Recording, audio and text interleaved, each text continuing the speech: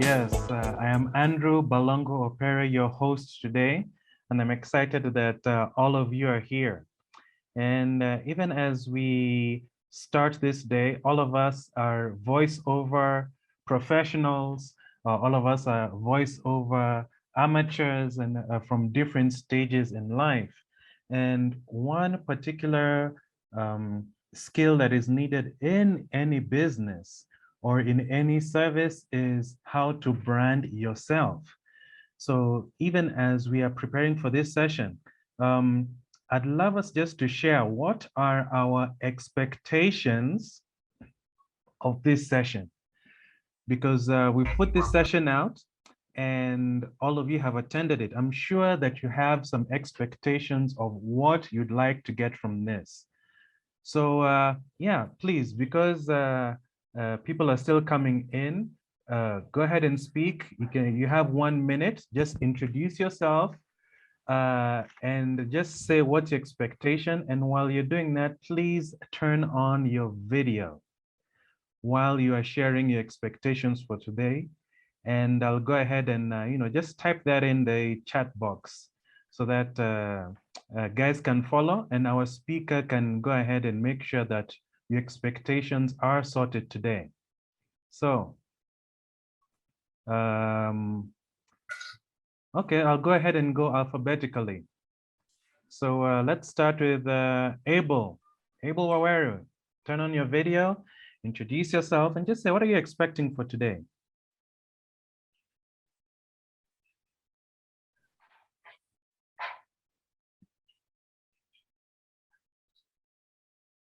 Abel Waweru?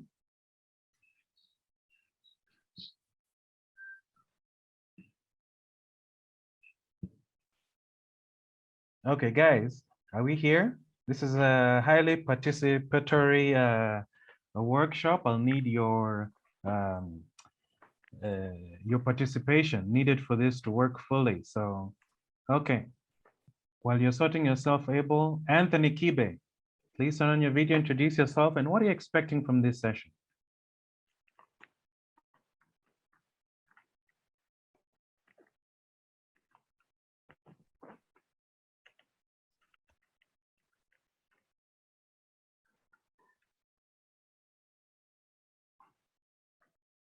Okay, Drew.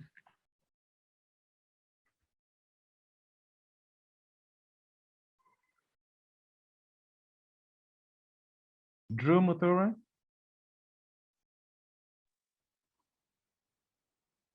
Hi there. Yes, hello, Anthony Kibe, how are you?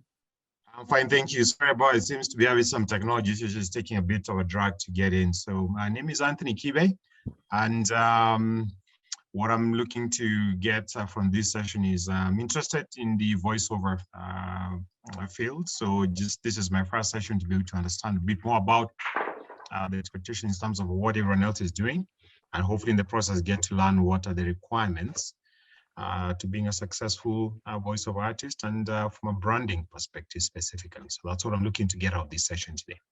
Okay, thank you, Anthony. So to learn the requirements. Wonderful. Yes, thank you for that, Abel. Anthony Kibe, oh, sorry, you just spoke. Drew Muthurwe, please turn on your video and just tell us what you're expecting for this session. Hi, how are you? Well, very thank excited you. to be here. It's I think my third workshop online or something, and it's been very helpful. So I think when it comes to expectations, especially about branding, I understand branding the face and branding things that you sell. When it comes to the voice sector, yeah, I'd like to learn more about that. Anything specifically, like especially the gap in what you would like to know, or rather where you are versus where you'd like to be? Where I am is, I mean, I just recently started getting into it full time. So it's basically, quite honestly, converting, basically expecting to make money and get jobs. Yeah, I mean that's the end thing of it. Yeah. So so how to convert equipment that you have and whatever that you have to use and converting it into money. I think that's your marketing plan. Yeah. Okay. Thank you for that, Drew. Yes. Who's next on the list? Amanda Kamati.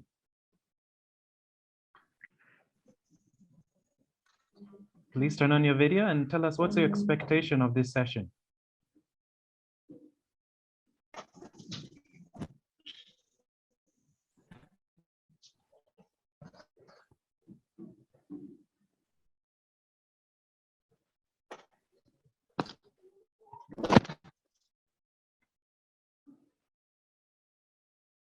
Okay, James, since you're on, go ahead. What's your expectation for this session? What would you like to learn from the facilitator today?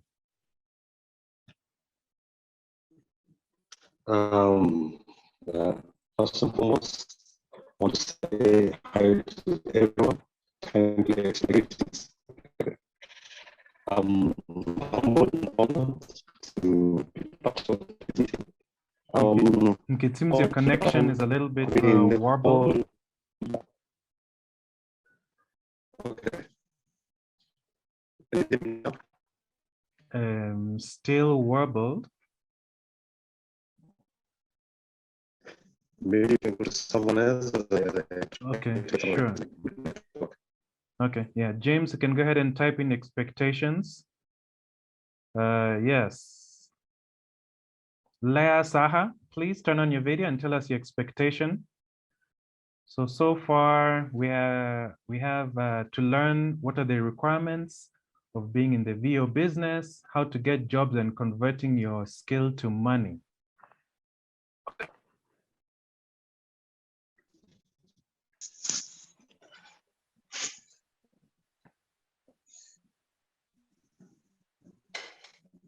Leah Saha? Hello. Hello, how are you? Hello. Good, yourself? I'm well, thank you. Happy to be here. I think I share the same sentiments with Drew. I'm an amateur. I'm yet to learn more in this field. Yes. This is not my first. I've attended like 2, I think. I've learned a lot from Ayuma Michelle. Mm-hmm. And I think I look up to her. I share a few of her experiences. She told us about when she started, how she was. I think I'm almost there learning, but I think I need to do more. I need to learn more. Hoping to get jobs, at least earn 1 or 2 coins from this field, which I haven't. I'm wondering when they will come. But yeah, I'm hopeful and patient. I'm hoping things will go well. What do you think is a specific thing you'd like to find out today from this workshop that you think will help you get that?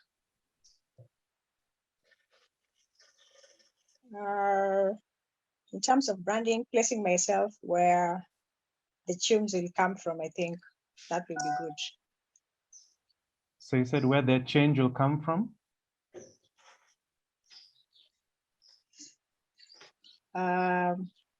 In terms of branding, I know branding in these other fields, but how to brand myself in the voiceover field, I think I'm yet to learn. All right. To learn how to do that. Okay. Thank you for that, Leah. So yes, for the rest of you, please just go ahead and type in your expectations in the chat box. So what I'm getting here is people know branding in regular things, but not specifically to voiceover.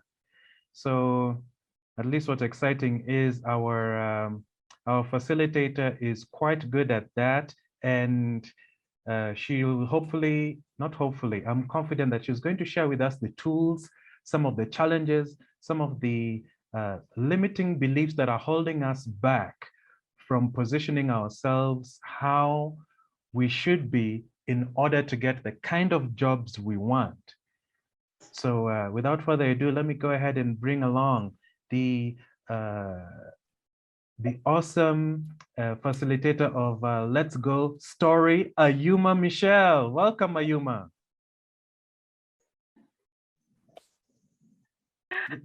Thank you so much, Andrew. I think you're a really amazing human being. You're very generous, and I just love how you've done the whole introduction. You know, listening with empathy. Thank you so much. I'm really happy to be here. Thank you. My sincere apologies, guys. I was supposed to be here on this call much earlier, but as you know, this is a work day for me, and a client urgently needed me to submit a voiceover. They're all the way in, I think, Norway. So they needed me to urgently submit a voiceover, and you know how it is, attend to business first. And then I knew you guys would understand, because that's how Biashara works, yeah? In fact, we So don't know thank how you it so is. much So for waiting for me and for you. In fact, we don't know how it is. So you'll unpack that for us. We are excited when we're hearing that, hey, oh my God, I have to sort this client in Norway. Oh my God, yes. We're like, yes, we want to be like you, Ayuma. So this is, how do we package ourselves? What do we need to be like Ayuma, who can say, oh, I have this client in Norway, you know, it's Biashara fast, or in the UK or Sweden or whatever. So please, go ahead. You know, yeah. So, and then also I had some feedback, which I shared with Jazz yesterday. I think as a community, we need to rethink this word free. In my last workshop, I shared with you guys that I'm allergic to the word free, and especially because of what that not only mentally does to people. And when you see that something is free, you see immediately, you already see that there's little investment made into it. And so that's why even when a lot of research has been done in marketing, where when people consider something free, they don't consider it as precious. So I was considering, since we are inviting experts within the community to partner with Valk, and to also be able to share our knowledge and experience in everything that comes from whatever it is we're going to share, I think it would be better to say either sponsored by or in partnership with or something of the sort. And then the call to action could then be join us. Since it's a community event, it could then be join us instead of sign up or book with. Because the mental, storytelling and marketing, it's both a science and it's both a science and an art. So the art is with the words and how to creatively do stuff, but the science is when you share information, how does it actually get decoded into people's minds? So I think when we use the word partner, in partnership with, it will give, or sponsored by, it would give a weighty, people will be like, wow, this is something major. And indeed, it is a great partnership. Because we are bringing our artistry, our knowledge, our experience, which we've invested money in, and also a lot of experience. You can imagine, for me, this is 13 years of storytelling in various industries, be it, broadcast journalism, marketing, sales, advertising, script writing for actual animations, global animations with teams like Pixar and Disney. That's what I am bringing, to the table. So surely can't say that's free. And a session like this goes for like $200 for me whenever I coach people on storytelling. So you can imagine $200 times the number of people here.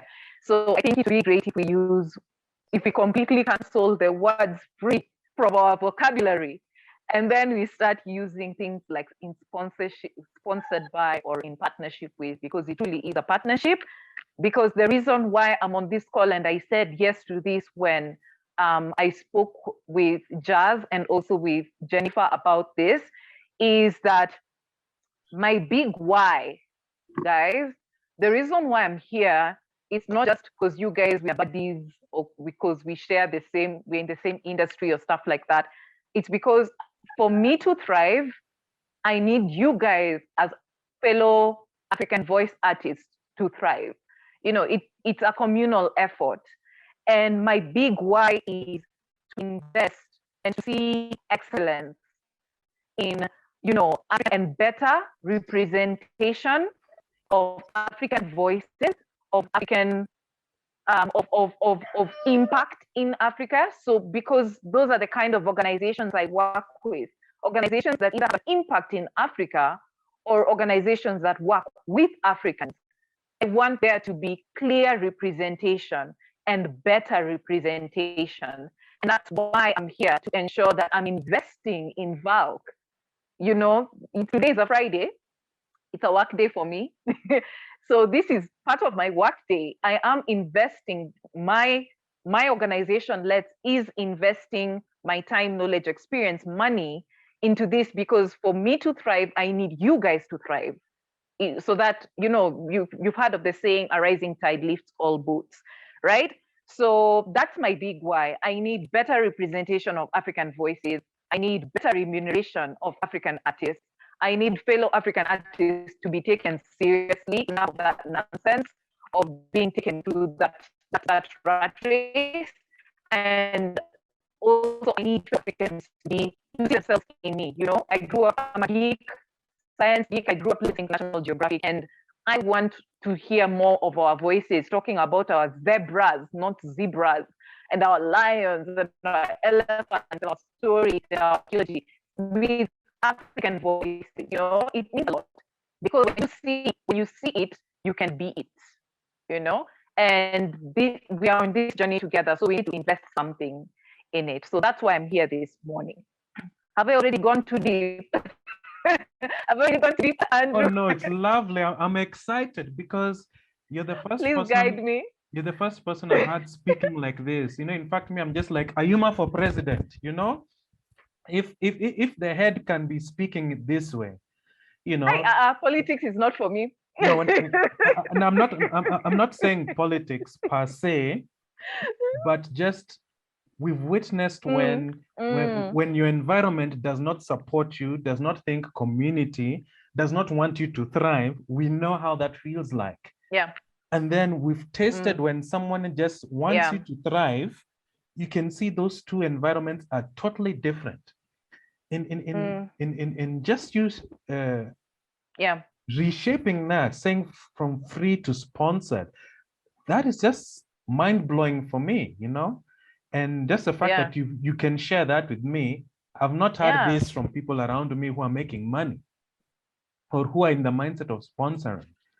So already this is mind-blowing for me. So guys, I need a favor. Even as Ayuma is sharing her insights, please share your tidbits in the chat. What is standing out for you? And if you have a question, please put a Q before your question. So Q, semicolon, and then just put your question in so that when she has time after a presentation, we can address your questions. But please, she's dropping so many gems. I'm just marinating in. I don't think I'm the only one who's enjoying alone. We need your feedback in the chat. So yes, go ahead, take it away, Madam President Ayuma. Awesome, awesome. So please make sure all of your questions, put them in the chat section. I'll respond to them during the Q&A section. And what you might also realize is that even as you hold on to that question, I might actually end up answering it, you know? So let's hold on to our questions till the Q&A section. But what we can actively work on, and I say that as a pan, is that the acronym ACT. During this session, remember the acronym ACT. A stands for action, C stands for change, T stands for teach, right? So when you hear something that resonates, right? When you hear something that hits you, like something like a big aha moment, or a moment of, you know, you finally see yourself, you know, or when you get mulikwad, you know, like when you are like, wow, I really need to change some things up in here, you know, when you feel convicted, please, to that note, make sure that you have on your notes somewhere, please have a pen and paper, not even a paper, a book, so that you can go back to it. You know, your brain is a muscle, and the more and more you actually practice it and exercise it, the more it shows you its wonder, right? So make sure you have a book dedicated to voiceover, your voiceover journey, so that you can always get back to this and specify those notes specifically to your journey, right? So when you hear something that you need to act on, write A. right next to it, like a simple A with a circle. When you hear of something that you need to change, write it down and write C, right? When you hear something that you need to teach, write it down and then write a T right next to it. Why is this important?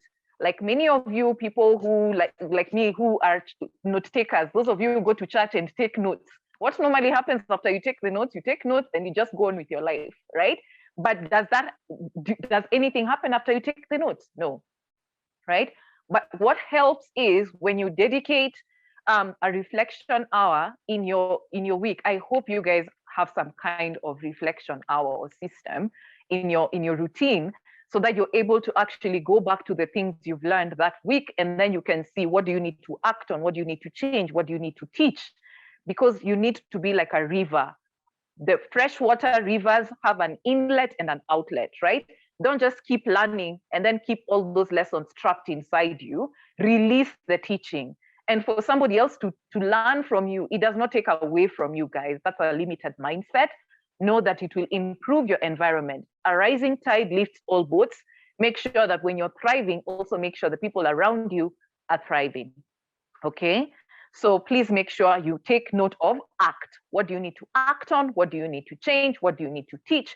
So that at the end of the week, whenever you do your reflection hour, or at the beginning of the week when you do your reflection hour, you'd be able to know the goals to work on. The ACT will show you these are my goals. The change will teach you what you need to work on, and possibly engage an expert to help you with, or teach something. You can raise your hand and say, hey, Jennifer, I'm actually really great at this.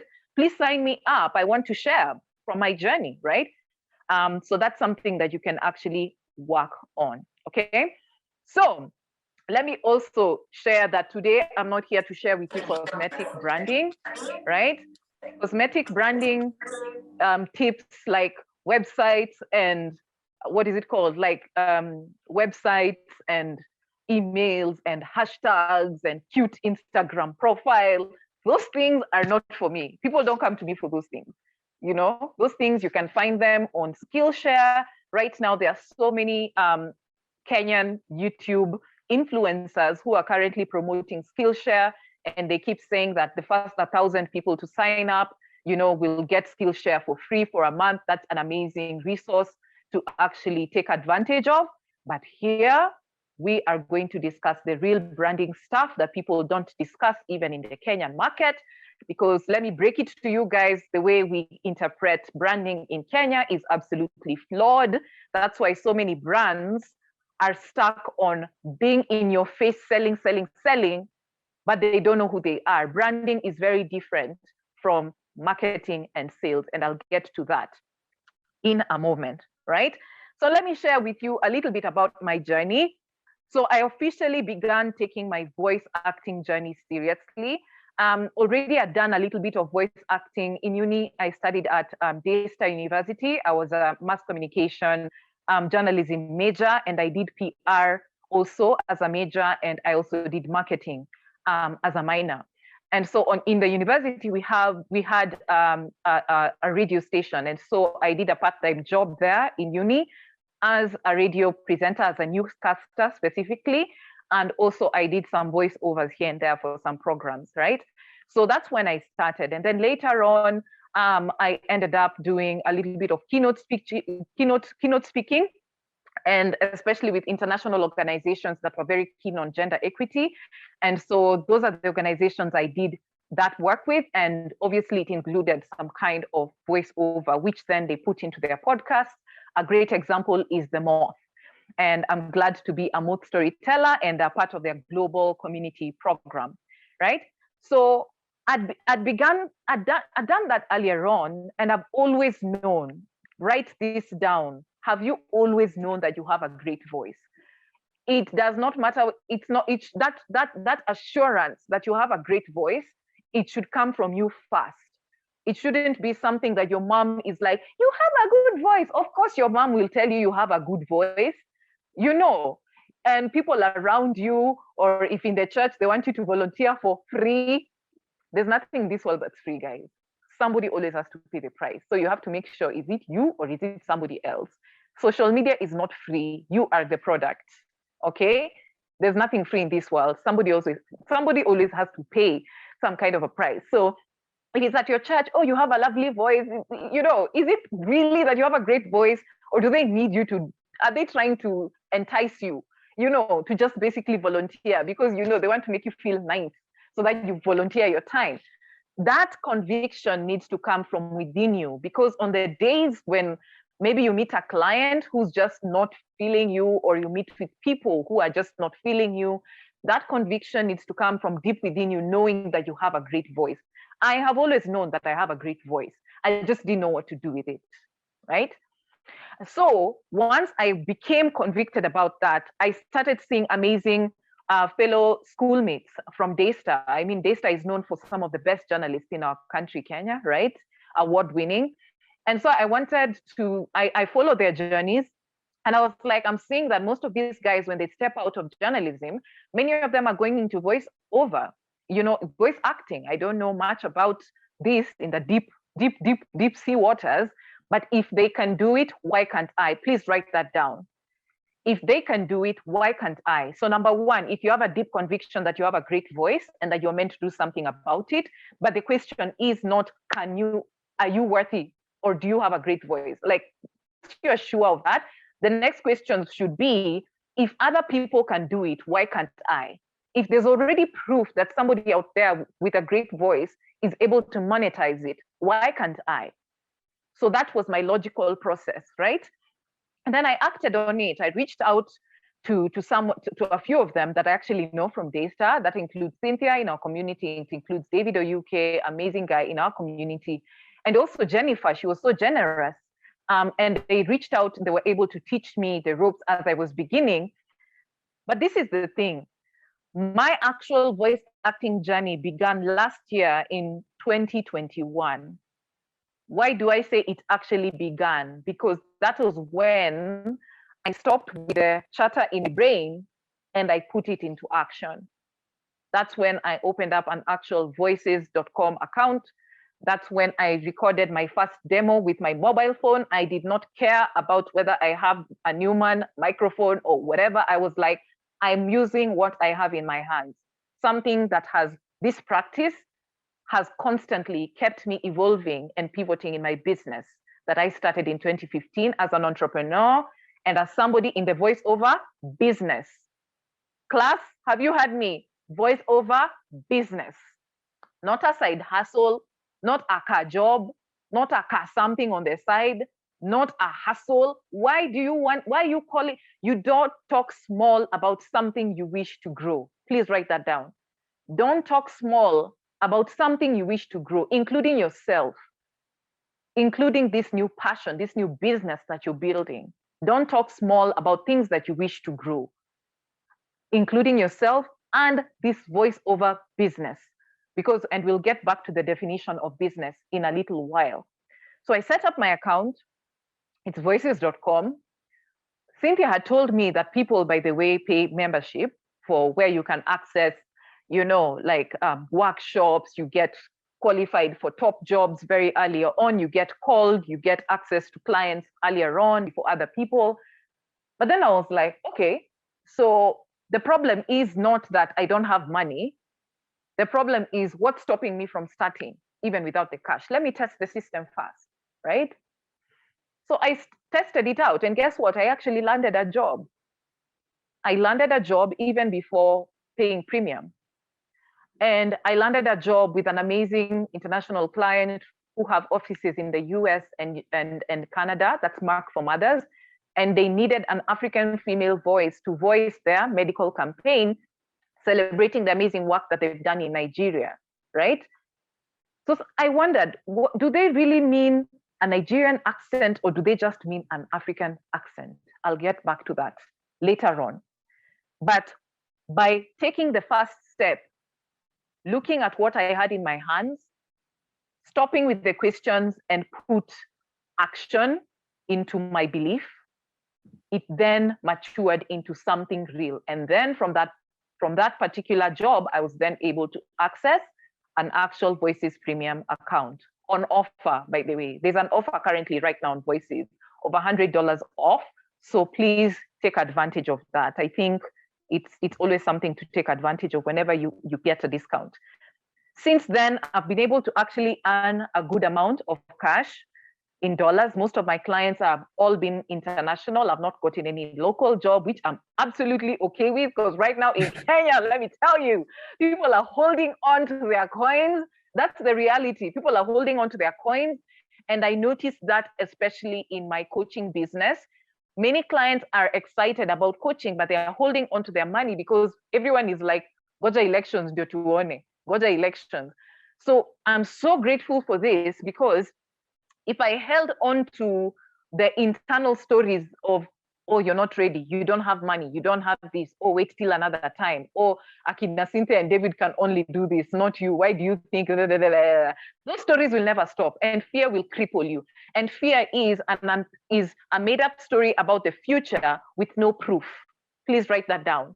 Fear is a made-up story about the future with no proof. How do you defeat fear? With action and with evidence. What creates evidence? Action. Take action.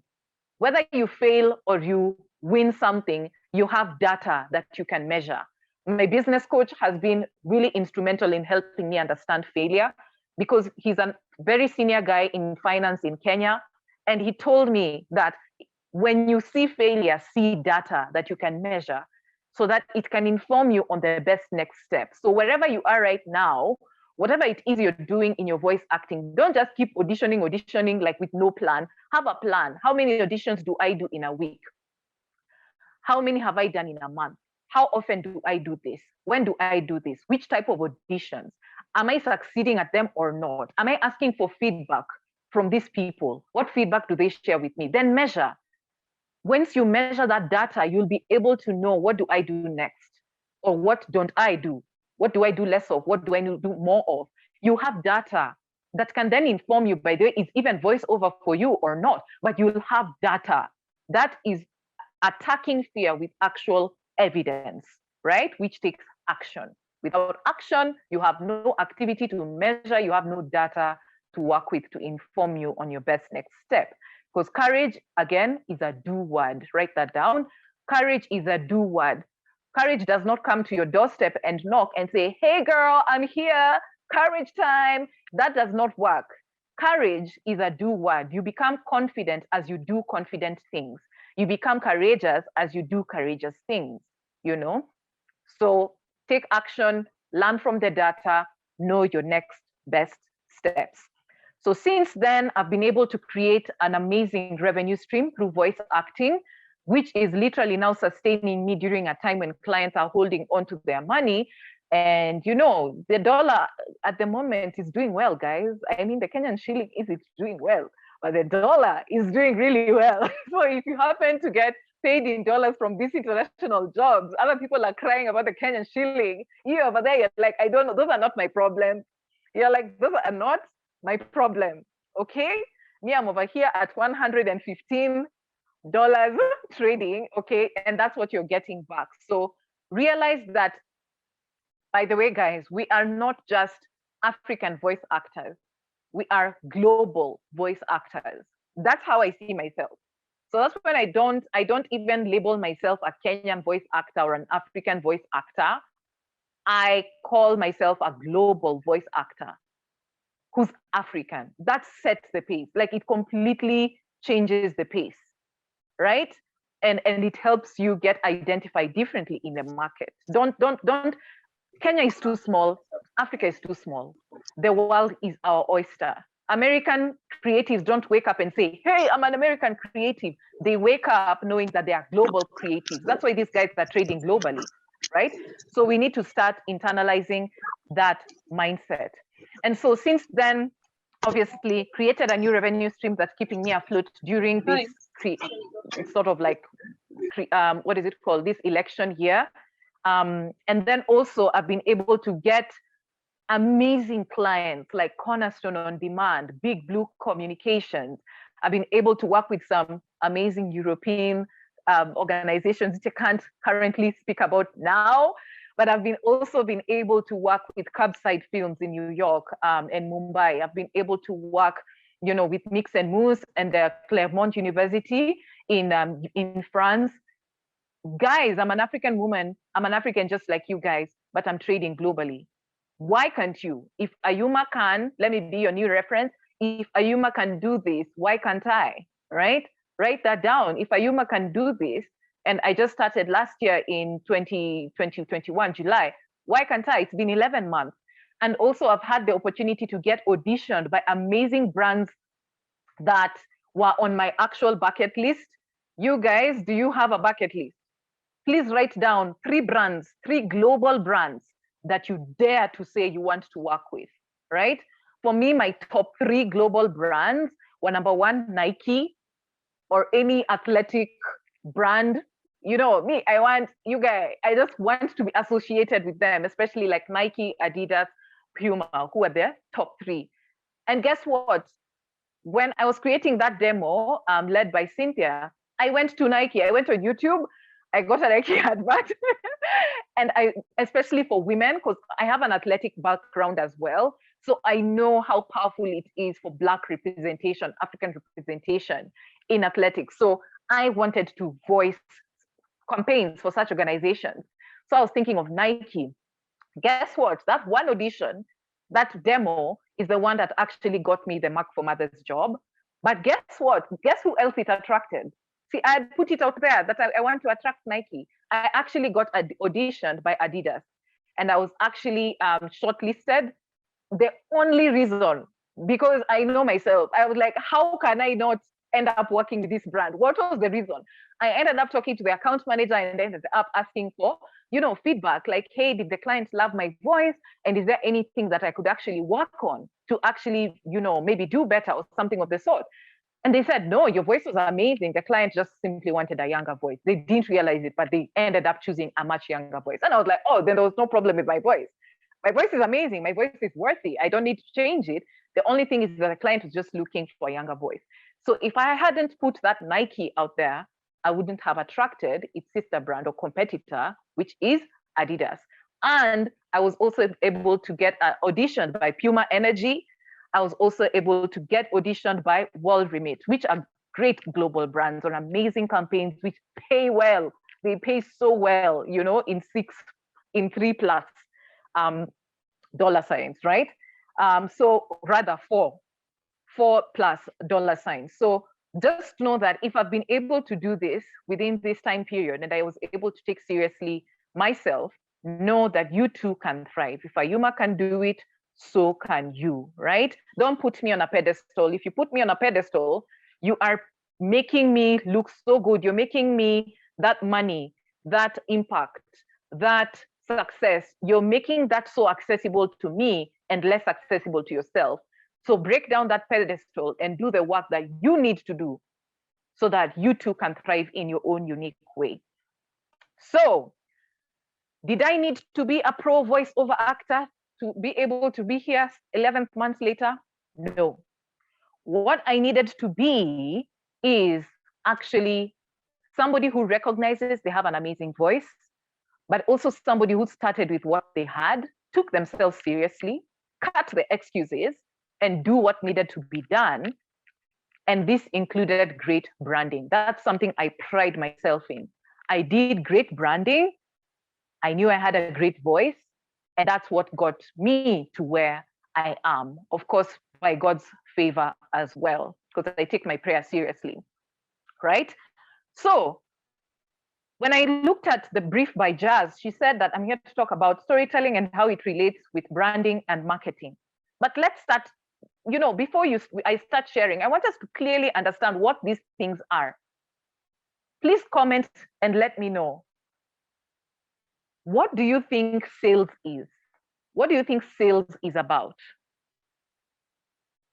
Sales, just break it down, because I'm going to break it down to you guys so that you see there's a big difference and you start to understand why the Kenyan market has got branding wrong and why you need to get your branding right. Okay, guys, sales, when you think of sales, share in the chat quickly what sales is all about. What do you guys think? In the chat, yeah. What do you think sales is about? I'll just give you a few seconds before I respond. What do you think sales is about? Some people are like, oh, I need to make a sale. I need to do sales. Oh, branding and sales, branding, marketing, and sales and advertising. It's all bundled up together. And without knowing what something is, you then can't know how to effectively do it. So you need to define, what is this thing, right? Okay. Andrew, are there any responses, or I can go ahead and define it? Yes, I see there's sales is basically solving a problem, making an impact, leaving a lasting impression, giving solutions for pay, convincing someone to spend money on your product or service, putting something out there for a price, pushing a product with the aim of closing a deal. Those are some of the responses we've gotten. Nice. So some of you are close. Some of you are very close, right? Sales is actually, please write this down so that no one ever confuses you in these streets, right? Sales is all about activities that leads to the selling of a product or a service. It's about activities, right? So now are you now seeing why this market is confusing us on things? Sales is activities that leads to the selling of a product or a service. Why is this definition important? Because sales is all about a formula. When you have a formula that measures the data of these activities, you remember what I was talking to you about when I was talking about data? Put yourself into action. Because if you're not putting into action, you won't have the data to measure. You won't have the activities to measure within this formula, which then leads to the actual selling of a product or a service, right? And this thing, you can find it anywhere online. Maybe you can have another day, but again, go to Skillshare, learn about sales, the sales formula. You can find that on Google easily. Sales boils down to that formula, which is measuring those activities, in a way that will let you know what do you need to do to sell this product X, Y times. How many activities do you need to perform, when, to which group, so that you get this result. So it's about activities, guys. Please have that in mind. It's activities that lead to buying and selling of a product. Okay, so let's go back. Let's go to marketing. Marketing is what happens before sales. Because sales is what happens before you actually do sell that voice, that particular service, that voiceover service, right? So before you sell, what happens? You measure there, some kind of activity needs to happen. Before this activity happens, comes marketing. What do you guys think marketing is? Please share quickly in the chat box. We are here to learn, so don't be afraid. Remember, even if you don't get it wrong, that is data you can measure and that you can change. Remember the act. If you've been thinking sales is something that is different from what it actually is, please work on the act. Is it something you need to action? Is it something you need to change? Is it something that you need to teach? I appreciate. Right? Please write down marketing. I appreciate what you're dropping. Like you said, the definitions that you're being given are different from what's going on in these streets. Yeah. Because it's just like relationships, right? Andrew, if the two of us are friends, and then I'm like, I want respect. And you're like, I want respect. Do you mean respect to the two of us could mean completely different things? And if it's the main cause of our issues or arguments as friends, then we need to get down to definition. What do you define as respect? Exactly. You maybe respect, you think respect is me listening to you or keeping quiet when you're talking. And maybe for me, respect is, can you converse with me when you're speaking? Like, can we have an exchange or dialogue? Don't just let me keep quiet over here by myself, So that's how you can iron out things. Define. Once you define, then you can be able to measure. And then you can be able to know how to apply. If you don't define something, you don't know how to apply it. Or the application will always be wrong. Or you leave it to happenstance, That's a quotable quote right there. How you define things determines how you apply things. And I think so far, the most Yeah. powerful thing that I've gotten from what you've shared is getting data and then asking yourselves question, is this the kind of outcomes I want? So guys, even as you're answering these questions, at the end, I want you guys just to share what are the aha moments you've been getting, because Ayuma has been dropping so many gems. I have so much notes here, if you can see my notes, but this workshop is not about me. This workshop is about you. And guys have been responding here. Marketing is informing and convincing potential customers of the value of your product. Marketing is creating an awareness of a product or service. Marketing is the promotion of an item driven by activities, e.g. idea, program. Marketing is getting yourself out there, your product or brand. Marketing is the sweat you're willing to shed for the success of your mission to achieve the needed objective. Yeah, marketing, promotion and positioning of a product in order to sell it. Yes, the sale comes from the perceived value of your product or service. Marketing is what makes the value of the product or service known. Wow, wow. That's interesting. That's very interesting, you guys. And I think once we define these things, it will allow you to know what is from what isn't, right? So thank you so much for your responses, right? Marketing is a process. Marketing is a process of awareness of a product or service, a process that leads to the awareness of a product or service. Are you seeing the importance of definitions here? The importance of definition is that it allows you to know what exactly is this. Now we found out that sales is not necessarily closing in, it's activities. When somebody says, how are you doing with your sales? They're talking about activities, you know, that lead to that, right? Because now after sales, kuna purchases. So many people confuse sales with actual purchases and stuff like that. No, it's not a purchase, it's sales activities. So now with marketing, it's the process of creating awareness. Process of creating awareness. And meaning if it's a process, there's an A that leads to Z. What is this A to Z process of creating awareness of my service as a voice actor, right? Sometimes these processes are defined by an industry, but sometimes if they're very personalized, like voice acting sometimes, you will need to identify what is your process, right? So when you hear marketing, don't think of things, don't think of whatever, think of a process that leads to awareness of this particular thing. Okay, now that we've dealt with, we talked about now, after you've paid your money, that is purchase. Before purchase, what happens? Sales. Before sales, what happens? Marketing. Before marketing, what is important before this awareness? What do you need to know? What do you need to work on before you start creating awareness of something? Awareness of the product. What before that is now branding. Branding. Please share with me in the comment section what you think branding is. Let me see whether I have good students from the ones who attended the last workshop.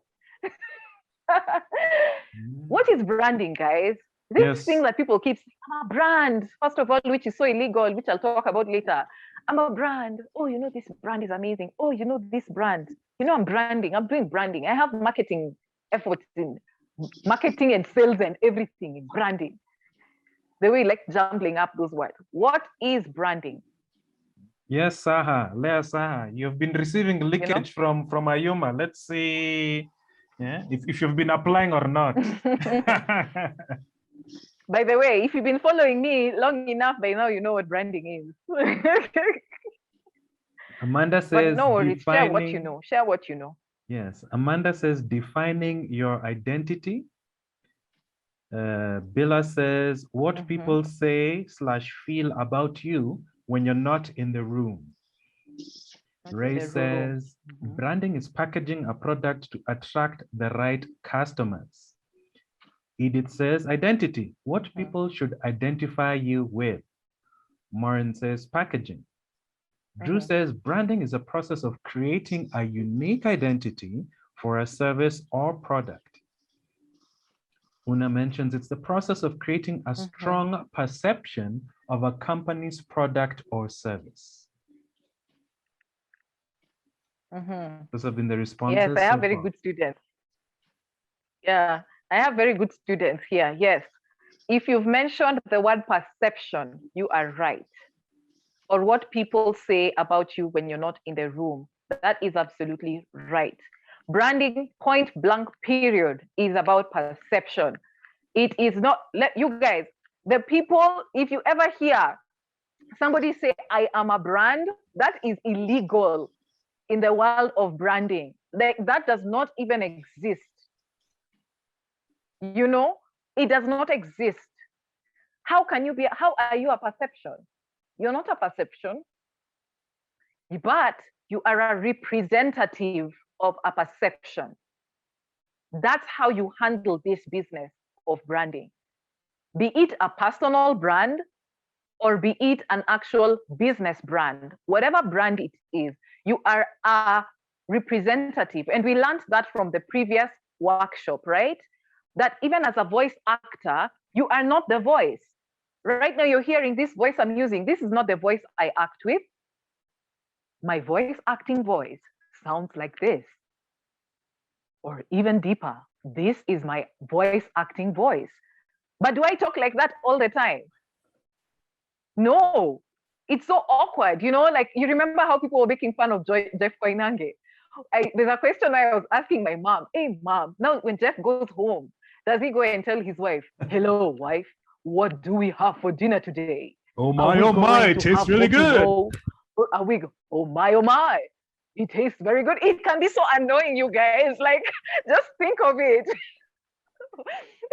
You know, or like when I'm talking to my mom, or let's say when I go to on a date or something, I'm busy talking to somebody, and then I'm like, today, look at the weather. It looks so sunny. Isn't it nice? It would be so awkward. You'd be like, Ayuma, stop it. You're not Siri.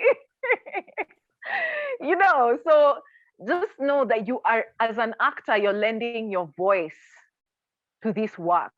But after you step out of that work, you know, after you step out of that work, you can be yourself, right? And that's who that representative is. As a representative, I still get to be Ayuma, not Ayuma the voice actor. You know, I get to be Ayuma with my mispronunciation of words. I get to be Ayuma with my poor vocabulary sometimes because we are Kenyan and sometimes we allow these things. I get to be that, right? But with my personal brand, I represent my personal brand, right? With my business brand, I represent my business brand, but I can't say I am a brand, right? Even if it's your personal brand, it's different. You know, a personal brand like Barack Obama, he is not that all the time. He gets to be whomever he wants to be, you know, but there's a personal brand that he's created around his personality of his presidency, right? And because he still gets to go back to who he is as Barack, he then gets to lend himself as an author, as a speaker, as a voice actor, as a father, you know, as an African, as a Black man, you know, he gets to do all these things, but he's lending himself to these brands as a representative. So please, let's make that clarification. What is not branding? Branding is not colorful, cool, you know, packaging and stuff like that. Those are the byproducts of branding. They come from something. They're informed by something. And this is this perception that's being led, right?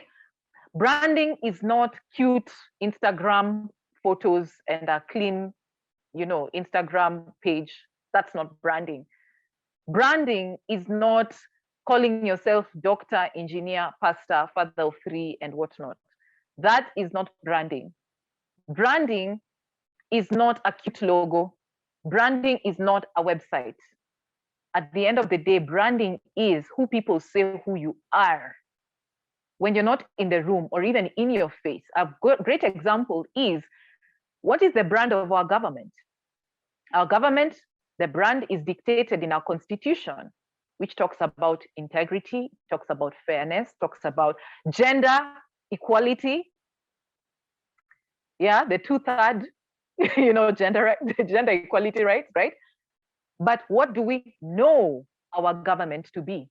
Corrupt, the most corrupt in Africa and even in the world. I mean, we've gone down that list. We're known to be unfriendly to women. We are known as to be a country that hates its women, that's violent towards our women and our children. We are known to be a nation where, people even call Nairobi, Nairobi, right? And we allow such names, right? So at the end of the day, even if you have an organization and you have those cute placards where you go to the receptionist offers you coffee or tea or whatever, and then you see even our banks, they're right over there, we are all about clarity, integrity, great customer service and all that stuff. If as a client you do not experience that is not the brand. What you actually experience is the brand, right? If it's about being corrupt, that is your brand, and you need to face that. And why am I saying this is important? It's because that's why I started today's workshop the way I started it, because who are we known? You need to address the perception people have of us out there. As Africans, how do people perceive us? People perceive us as people who work hard, but for peanuts. That's why I've become allergic to the word free. How do people perceive African women? People perceive African women as these things that you can do anything with to your pleasure. Be it stealing their money, be it raping them, be it stealing their future, be it, FGM, be it all of those things. That's the reality, because the World Bank, the IMF, is it IMF? Yeah, there's IMF. And also the World Bank, when you look at all of their data, it specifies that the poorest person in the world is the young African woman. Those are the narratives out there. What is the Kenyan market telling us about young people? We are being told that we are people who, we are the future, the leaders of tomorrow, as if tomorrow will ever come. It tells us that the best thing young people can get is a kabarua here and there. Right? That's what the narratives are out there about us. Why is this important? Once you know the narrative that is out there, you can then know you have the data to allow you to shape your own.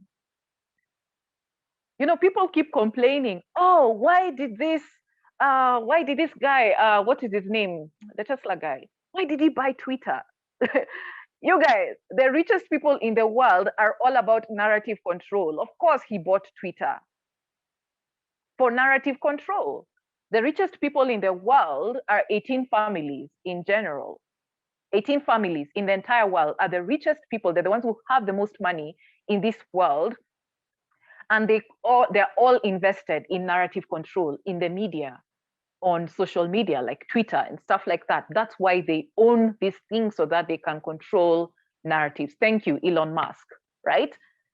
So when you see him buy Twitter, people are like, this guy, he just wants to throw around his money. Why can't you just do other things? Why can't you solve world hunger? Why can't you do da? Will it benefit his narrative? You see, don't blame him for having money. I mean, you can work for your own, but this guy is interested in narrative control. Why aren't you interested in equally investing in your narrative control? When you wake up, how are you controlling your narrative, right? So, guys, branding is about perception. The beauty about perception is that you can meet the perception right where it's at, but also you can get to lead the accurate perception that you want to be told about you, right? In employment, my narrative was controlled by, you are for this amount of hours, 40 hours per week, this is your worth of your time, your effort, your creativity, your energy, everything. This is how much you're worth. But independently, you can get to control that narrative financially for yourself as an African artist. If you only position yourself in the Kenyan market, you are only able to control that market. You are only shaping the Kenyan, the narrative within the Kenyan market. But there is still the African narrative. If you only limit yourself to the African continent, you are only limiting yourself to that.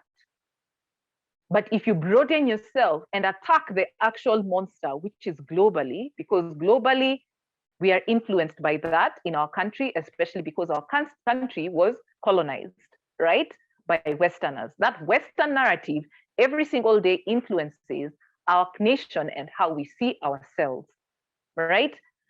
You still have permission to shape your narrative, but you need to do it with strategy, and you actually need to confront the actual narrative that's out there, so that you can then intentionally lead people towards a better narrative. And how do you do this? How do you do this? Yes, Caroline, Kenya is not the most corrupt state in the world, but there's an index of corruption, so it's amongst the highest. That's what I meant to say, right? But as you know, corruption anywhere is corruption everywhere. Injustice anywhere is corruption, is injustice everywhere. So injustice is injustice. So I can't say, oh, I'm more corrupt than you. Hey, so I'm doing better. Or, oh, I'm less corrupt than you. The fact is, at the end of the day, you're corrupt, you know? So at the end of the day, when it comes to branding, how do you lead this perception? It's through storytelling. Do I still have some good students? Please share with me what storytelling is. What do you think storytelling is? I don't care about whether it's right or wrong. Just share with me, what do you think storytelling is? Is it sharing a nice story? Is it, teacher share with us a nice story? What is it? Is it pakanapanya? Yes, guys, What is storytelling? You've had the supreme leader, President Ayuma, ask you a question. Please respond accordingly. What is storytelling? Actually like the sound of that, President Ayuma, not necessarily of a country, but I'm like, that sounds nice. Yes. You're technically the president of your outfit, or the CEO. To me, I see them as presidents of their own outfits. Amen. People don't just call that. So absolutely. Yes. So Una says it is using a narrative to convey a message. Storytelling is sharing cultural beliefs, narrative about someone or something. What is a narrative? Guys, when when you're using a definition, you don't use synonyms. Simple. You explain it. Imagine if you're explaining this to your 10-year-old son or nephew or niece 5-year-old, yeah. or cousin. Storytelling is narration speaking about a thought idea. Okay, guys, don't use narration. Okay, so what is a narration? By the way, some of the most brilliant minds in the world, they use the simplest language. Naveen says, talking about an event or situation. Good, I like it, I like it. Keep it coming, guys, keep it coming. What is storytelling? Again, definition. I'm a storyteller. I'm a storyteller. People have now started calling it because it's like a sexy word, right? People are like, oh, I'm a storyteller. I'm like, do you know what it is? Yeah. You're over here calling yourself a storyteller. Do you know what it is? Yes. Amanda says, shaping understanding. Okay. Passing information to someone in a way that fully captures their attention while you engage them. Nice. So yeah, I can see that I've had some good students here. Storytelling bottom line, please write this down. Storytelling bottom line is about transferring values, transferring values using a story, right? To inspire from within somebody comes something. They lead themselves towards doing something. Inspire positive change, right? Transferring values using a story to inspire positive change. So essentially, by the time, I like using the example of an African grandmother. These are the best storytellers I know. They don't go to school and get a PhD to tell great storytelling. These are the greatest marketers I know, right? An African grandmother, before she opens her mouth to teach her grandchild a lesson, number one, she knows it's the perfect timing. She knows this is the right audience. She's able to know who this message is relevant to, even amongst the grandchildren. You know, African parents do that, and grandparents. You're a whole group, but this message is targeted at one person. Now, utajijua when the message is told, right? But she also knows which is the best language to use so that this person gets it. But which value do I want this child to understand? Which value am I transferring to this child in a way that they'll get it? And what action do I want this child to take after listening to this story? Right? So she's already thought of the process. That's marketing. What I've just defined for you is marketing. She's thought of the process, the A to Z, to create awareness about this thing. Then she opens her mouth and shares the story because she's already seen the A to Z for this person to inspire. You're not commanding or forcing or demanding. You want that because this value resonates, you want them from within themselves. They see the need to lead themselves to do the right thing, right? So they already know the value. Is it cleanliness? Is it kindness? Is it joy? Then she shares the story, knowing she's sharing to the right audience, to the right person. They understand the language, but they will feel inspired to take positive action. And why will they take positive action? Because you have a call to action. Major part of marketing, many people never always leave out. Don't just tell people you're a voice actor. What do you want them to do with that information? What call to action do you have after telling them about your amazing self? You know? So that's what storytelling is, guys. And so when you combine branding and storytelling, you are transferring values, right? Using a story to inspire positive change around what? Around a perception. This perception, the perception, what perception? It all starts with that value, right? It all starts with those values. So guys, what values do you stand for as a voice actor? What values do you really stand for? These are the things the Kenyan market is not discussing. It's not, I'm starting a salon just because of cute nails or because I know how to make nails. Why are you starting that salon? And this is the missing link between brands here in Kenya, why they're not thriving or why they've hit a certain ceiling, and global brands like Nike and Google, you know? Why are actors in Kenya not at the level of Lupita and Eddie Gathegi, who are equally amazing, phenomenal Kenyans? They are thriving in Hollywood. Why are they there? And why are those who are local here, why are they here? There's a certain intentionality they needed to do in terms of the rehearsals, the practice, the investment, the positioning, but also the perception, right? So if they can do it, why can't we? Right? So we need to ask ourselves those questions. What values do you stand for? When you even go to Lupita's Instagram profile, you already see the things she's standing for. She's always talking about the things that matter to her. And yes, she gets selected for roles based off of the beautiful story that have beautiful, beautiful dark skin. I forget the name, but there's a beautiful name for it. There's a particular skin tone that she has. It's like this midnight color, beautiful. The skin color, her skin color tells a story that affords her opportunities that even white middle-aged men can't, who are the most privileged human beings on this earth, right? But the way she talks, she's not just a Black person, she's an actual 100% legit African that opens doors for her that African Americans or maybe Black Latinos can't, or Afro Latinos can't. She's an actual African. She gets it. What story do you carry, and what values do you really care about? Because guess what? You attract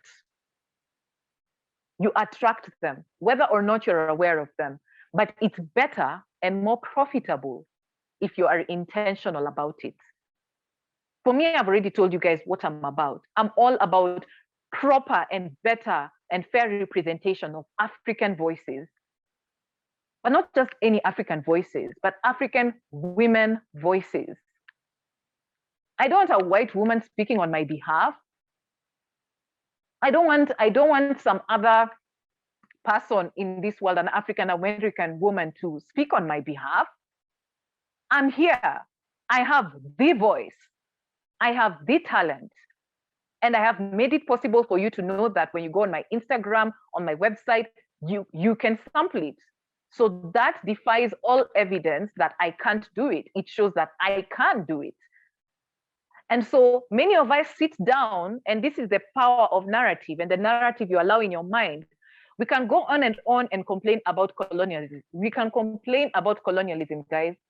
We can complain about our government, all we can. We can complain about the emasculation of Black men, about the mistreatment of African women. We can talk about how Black people suffer and the struggle and all that. You guys, that's not my story. That's not my story. I do not waste a single day in my life worrying about those stories. This is business. And to those of you who are talking to me about, who are sharing about problem solving, at the end of the day, business equals problem solving. Are you positioning yourself as a problem solver in the global voiceover marketplace? Right? Are you positioning yourself as a problem solver in the voiceover marketplace? First, you need to know what is the problem. The idea, the problem that's out there is that the BIPOC community has been underrepresented, and more than ever, right now, brands are willing, global brands are willing to hire qualified talent that are professional, that can do quality work to represent their initiatives. But where they can't find African voices, who's their next best? African Americans, right? So why should they speak for us when we can speak for ourselves? But before even complaining that they're speaking on our behalf, have you done your job? Are you problem solving, or are you complaining? Even when something disgusting like corruption, like colonialism, like racism, you know, like things like gender biases and attacks happen to you, afterwards, do you create a problem that you can point people towards the solution, right? Are you pointing people towards the solution? And no, the answers won't only come from Africans or fellow Black people. It will come from the world, from places you will get so surprised, have been looking for you. You just needed to make it easy for you to be found. My best paying clients, be it in coaching, public speaking, doing my sort of like coaching, public speaking, and voice acting, have come from New York. Have I ever set foot in New York? No. How did I access these New York companies? I put myself out there. And I'm very intentional about the organizations I'm saying yes to and the ones I proudly say no to, because of my values. I'm very clear about how much I want to get paid. Have you gone on thevoicerealm.com, guys? Have you just had a chance to look at those prices?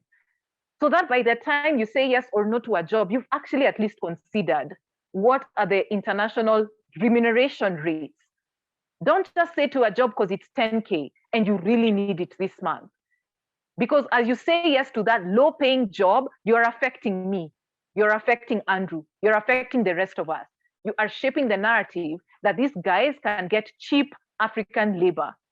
Please, guys, let's do our homework. If I negotiate well for myself, I am negotiating well for you, right? if I do a great job on a project, I am creating a great perception of you as a fellow African, as a fellow Kenyan, as a Black person. When I do my due diligence, you know, with which organizations can I support? And I make sure I follow up. If I promise somebody a free revision, I follow up with a free revision. You know, I showcase that as an African, I have worked with these global brands from France, from the US, so that people know that African talent is accessible to the world, not just Africa or Kenya. We're not limiting ourselves here, and we're not begging for jobs. We are not. We are positioning ourselves in places which acknowledge that we are worthy of fair remuneration, of quality talent, and access to speaking on global campaigns that affect us and our populations, right?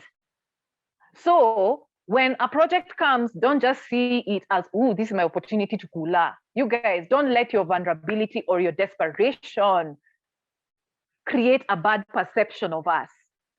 That's why I'm here. And in fact, the first part of the reason why I was late for this call was because I was actually in a negotiation process as well with another brand. I was like, yes, I know you're in the US, but listen, 1 year license, okay? 1 year license, this is my fee, this is my whatever, these are my working hours. Like, that's how it is, you know? So please ensure that the perception you are creating, it's with every action that you take as a voice actor, whether or not you've gotten that job. Control the narrative in your mind, because it will lead to your actions, and it will lead to these things that we are talking about, of the stories that you tell on social media, of the brands that you choose to work with. Because when you put yourself out there, you will attract. How was I able to attract Adidas? I positioned my beautiful African voice on a Nike advert, on a global Nike advert. And Adidas, they were like, see, these guys are our competitors. So there's a Kenyan. Okay, can we get to work with them? They've done a great job. This is an amazing voice. Can we work with Kenyans now, right? And sometimes I've gotten so many requests from organizations where they think I'm Nigerian. I don't fault them. The name Ayuma is Kenyan. It's also Ghanaian. It's also Nigerian. Maybe people are seeing my ancestors and they are calling me out, and I'm like, yes, we are here. We are doing well. Thank you. You know, but I've come to realize that the Nigerian demographic and population, they're the biggest group of Africans in the diaspora. And so maybe when people are interacting with Nigerians in the diaspora and they're hearing them speak clearly and stuff like that, those who do, they're thinking, oh, let's advertise Nigerian accent, Nigerian voice actor. But maybe at the end of the day, they don't know of Kenyans, because HR experts have told me that Kenyans have the best English in the entire continent of Africa. When you go to South Africa, South African call centers are filled with Kenyans. Why? Our English is the most understandable, it's the most clear, and we don't need to struggle. This is something that you're carrying all around every single day. But are you busy knocking on doors that take the goal that you have for granted? Right? Here in Kenya, it's saturated. People don't notice it. But just try going a little to Rwanda, to Burundi. You'll notice the goal that you have with that voice. Right? Go to South Africa. You'll notice why they're hiring Kenyans. Right? And then position yourself globally. You will notice the ease at which you will get chosen for these jobs because of this thing which here locally, they take you for granted. All right? So realize that great branding starts with an identity. Number one, what is your effect? What effect do you want to have in this world? In branding, this is called your brand essence. Coca-Cola is all about happiness. Have you ever seen sad people on a Coca-Cola advert? That's why they even use pop music. Pop music is associated with happiness and joy and energy. Coca-Cola is all about sharing happiness. That's their essence. Opera is all about living your best life. Isn't she living her best life? And isn't she inspiring other people to live their best lives? What is your essence? Upon encountering you and your voice and the brand that you represent, who do you, what is your effect? What effect do you want your voice to have? That is your big why. And then upon this big why, what are the core values? Just start with 3. And these core values are the ones that are going to shape your storytelling and this A to Z process, which is called marketing. You're going to be all about these values so that you attract the brands that care about what you care about. You're not trying to fit your mold somewhere else. You are simply looking for partners. You know, Adidas would have been my partner. Cornerstone on Demand has been my partner. Why? I marketed my values. They found alignment with it. They're like, let's work together, you know? So that's how it works, guys. And the last part is promises. What do you promise? Out of this, the effect, what are your values? Start with 3. And then what promises are you sharing? What do you promise out of these values? You know, don't just say me, I want to get paid well, but are you producing quality work? Is your customer service exceptional? You know, do you have a great understanding and training in voice acting? Have you even at least invested in a workshop like this? Just show up, learn something, and keep getting better. Are you auditioning? Have you paid for a coach? And even if you don't have all that money, have you at least asked for what is it called, an installment plan? Never ask somebody to discount. Never ask somebody to discount. Never say that somebody is too expensive. You are the one who's seeing. You are the one who does not have the funds. That person knows their value. Argue about value, not about money, not about the amount. Figure out a way on how you can build yourself so that you can deliver. Yes, you say you're all about integrity, but when a client wants to pay you well, are you stealing from them? Are you overcharging them? Maybe. When you say that you will deliver work on time, are you going to deliver that work on time? Right? When you say that you have an authentic and natural Kenyan accent, do you actually have one? You know? So please make sure you deliver on these things that you promise your clients, because why? It's not only affecting your perception, their perception of you, but also of us. And if I do a great job as Ayuma, if Andrew does his job, if Jennifer does her job, and then this particular brand, let's talk about Nike, they have a great experience with 5 voice actors from Kenya. Can you imagine what that could mean to a large brand like Nike? Do you think they'll think twice about looking for any other country when in their next campaigns, an African-wide campaign? Of course, they'll come to Kenya first. Why? They've had 5 amazing voice actors. They've had an amazing experience with 5 voice actors from Kenya. So they'll be like, there's something about Kenyans. These guys are amazing, you know? And it better come from Valk, right? It better come from Valk. So with that said, I would like to invite you to join me on this thought and this daring belief that if these top people like Lupita and Eddie Kathegi have positioned themselves as actors, and even voice actors, Lupita is a voice actor for Super Sema, right? Barack Obama is a Kenyan. He's now a voice actor, you know, on one of the brands on Netflix. By the way, one of my top 3 brands, it's Nike. National Geographic, you guys.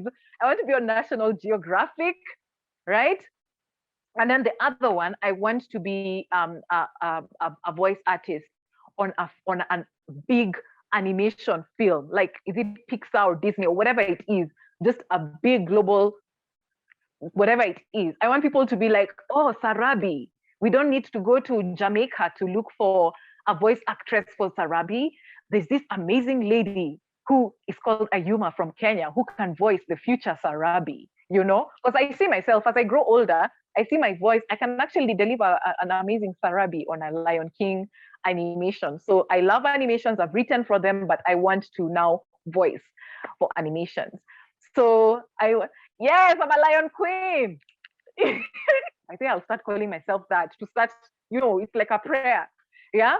So I've come to the end of my presentation, and my audacious dream is that, at least from amongst this community, we will get to create a great perception that Africa is open for global business, that African voice actors know their business, and that top on the list, creme de la creme, it's Kenyans, and they come from Valk.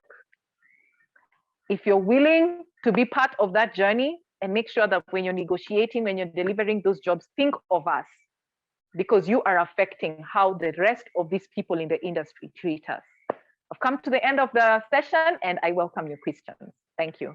Wow, that was such an awesome presentation. Come on, everyone, hand clap. Oh my gosh, for Lion Queen Ayuma! Yes. Yes, thank you guys. Wow, this was so awesome. It's one of those where you just have to sit down and unpack. I have so many questions, but I'll have to do due diligence to guys, because this is your workshop. You guys ask the questions. Offering baskets. Yes. Offering basket. Offering basket. We have PDQ machines. We have cash.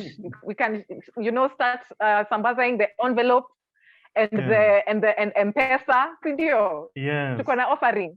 And I see there were a couple of questions here that I caught, and so I'm going to couple these things that after your question is asked, I'd also like you to also share something. What is one thing that Ayuma shared that's totally, for lack of a better word, I cannot find the right words to express that. So Drew asked, what is an African voice? What's the sound and feel bila accents? This is as per client's expectations.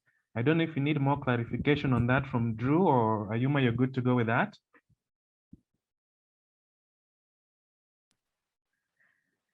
Yeah, I'm good to go. An African voice is what you make it. Aren't you the African? Don't you have the voice? And if you audition and they don't like it and they don't consider that to be an African voice, then you're not the one. You're not the talent. Don't feel bad about that. Because at the end of the day, we are operating in a market, a global market that is still trying to understand what does the African voice is. Like, even the African Americans don't understand what an African voice is. And that's something that really annoys me, by the way. I cannot watch Coming to America. I see it as an insult. And I just felt like, to be honest, African Americans know better. Consult with Africans. Even Beyonce, when she created Black is King, I have a huge issue with that. That's why I heavily support Netflix for Africa, because it's African content creators. Dorothy Getuba, who's Kenyan, she's at the top over there. We are telling our own stories in our own ways. Kenyans, Africans, we are no longer stuck in colonialism. We are all about progressiveness. We want to be understood that way. If they are not with you on that wavelength, let them go. If they want Coming to America, let them go to people who believe in that. If they want, these weird things like relations that we see in programs, people think these are African voices, but we are like, even as Africans, we don't understand what they're saying. Like, what are all these relations? Even as Africans, we don't know that. What are some of these songs, So by becoming excellent and making yourself accessible, you can then argue that, hey, why didn't Michael Jackson check his Kiswahili when he was talking about the song of Liberian Girl? Why didn't he actually reach out to a Liberian and ask for, how do you say nakupenda pia, nakutaka pia in Liberian? They speak in Liberians, they speak in their local language. I forget. It's like, what do Jamaicans speak? It's the same.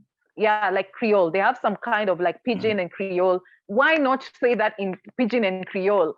And if you can't speak Pidgin and Creole and you speak Kiswahili, why not reach out to a Kenyan, an East African girl? That song should have been East African Girl. I was claiming it a long while ago.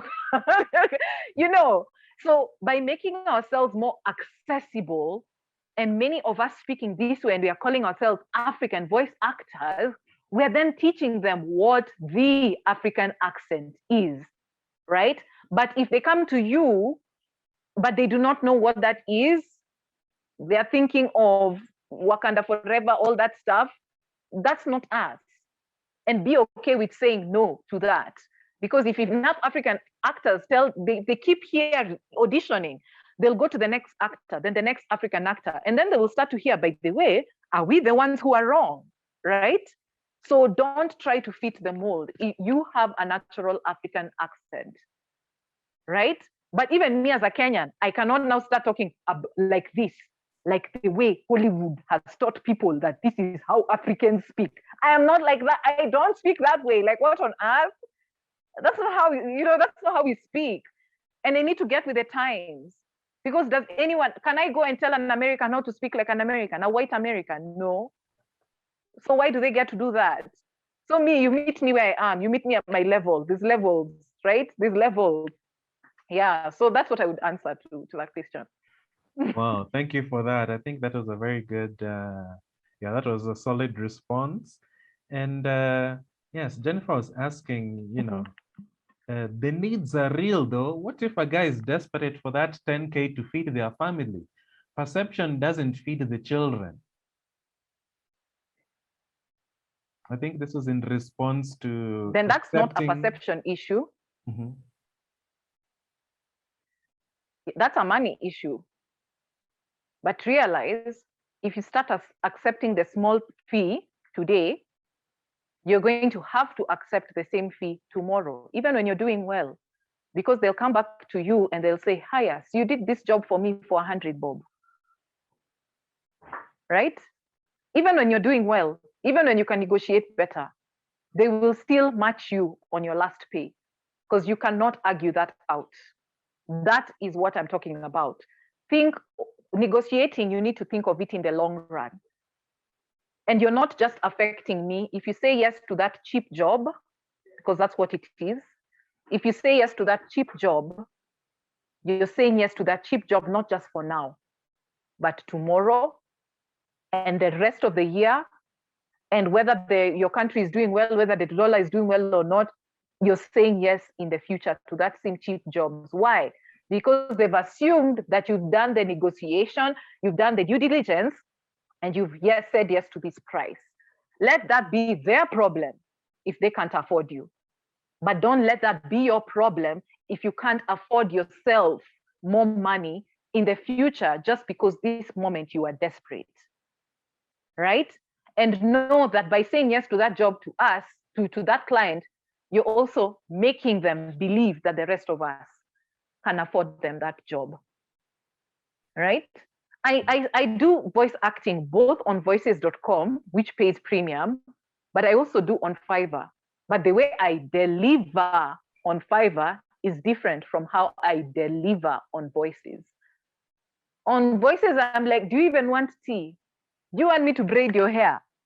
We can do it because you're paying me my worth, okay? That's why I was able to even delay this workshop, because I needed that client to get what they wanted. So they got the job through voices.com, right? But then if it was Fiverr, we'd be like, why are you hurrying me? Why are you hurrying me? The terms and conditions are there within 3 days. And don't expect a super produced job. I'll do a great job, but listen, you're not Disney, and then you're not rushing me over here. That's how it is. And when somebody keeps begging you and saying, oh, you can't do it for this much, you can't do it for this much, ask those questions. If you've been around Jennifer long enough and Valk long enough, you already know the process, the due diligence, the questions to ask when a client comes. This project is for what? Who is the client? What is the usage? Are there any licenses? Do you want full broadcast rights? What is the word count? Is this for internal use? Is it for, is it for commercial, not commercial? Like those things, guys. And I think by now we need to start acting on these things that we've already been taught. There are people who've reached out to me for voice acting tips and stuff like that. The things that separates me as somebody who's not even 1 year yet to somebody who maybe has been trying for the last 1 year is action. I promise you, it boils down to action. I have a sales process. I also have a marketing process. I have my sale activities, and I have that I measure at the end of every month. I have my marketing process, which I action on every single week, right? But at the end of the day, action really is the data that tells apart from the people who get the jobs and those who don't. I promise you that it boils down to that. We can't be attending workshops and writing notes and then going to just sleep on those notes. And then you go and ask, Aki, why am I not getting jobs? Did you even start a voices.com account, even a free one? Have you even put a demo? Have you prepared a demo? Have you reached out to a studio and done a demo? If you're feeling so insecure in your voice through your phone, me, I didn't care. I was like, I have a great voice. People can hear it even through a phone. I was so confident in my voice. But if you really need help, go to a studio. We have guys who own studios in our group, in our community. I also have the Safe Studios KE list of studios for women to feel safe, to work at a place where you don't need to question whether you'll feel safe or you'll access, quality payment stuff and all that stuff. You can access that. The studios are there. But have you acted upon it? If you always want free information, at some point, even those of us who've invested in ourselves, paid for coaching, or even paid for workshops or for premium accounts, I can't come and share with you those things for free, you guys. Because there's levels, as I said. I've invested in myself, I can't share these things now for free. But the things, I'm able to know the things which I really need to so that I can lift you up, right? So that's where that preparation comes through, yeah. All right, in fact, yeah, the questions now have been coming in through. So Carol is asking, besides coaching, how do you open doors for Kenyans? Is there an advisory group or mentors in this forum to consult about contracts, etc., besides the documents that have been sent?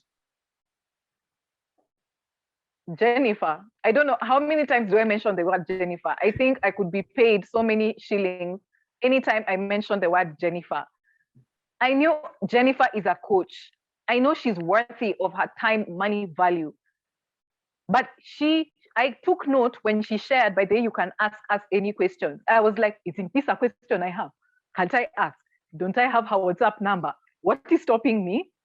I went and asked, knowing that she knows how to create that boundary of what is now coaching content and now what is something I can share with a fellow Valk member. Let that no not come from you. Let it come from at least from the person after you've asked. Jennifer shares these things so freely. Even just go on the group. Why Kenyans, why are we not talking openly about money? Do you know this is how the creative industry in Kenya, we are just getting taken advantage of, left, right, and center. You can't do that to IT guys.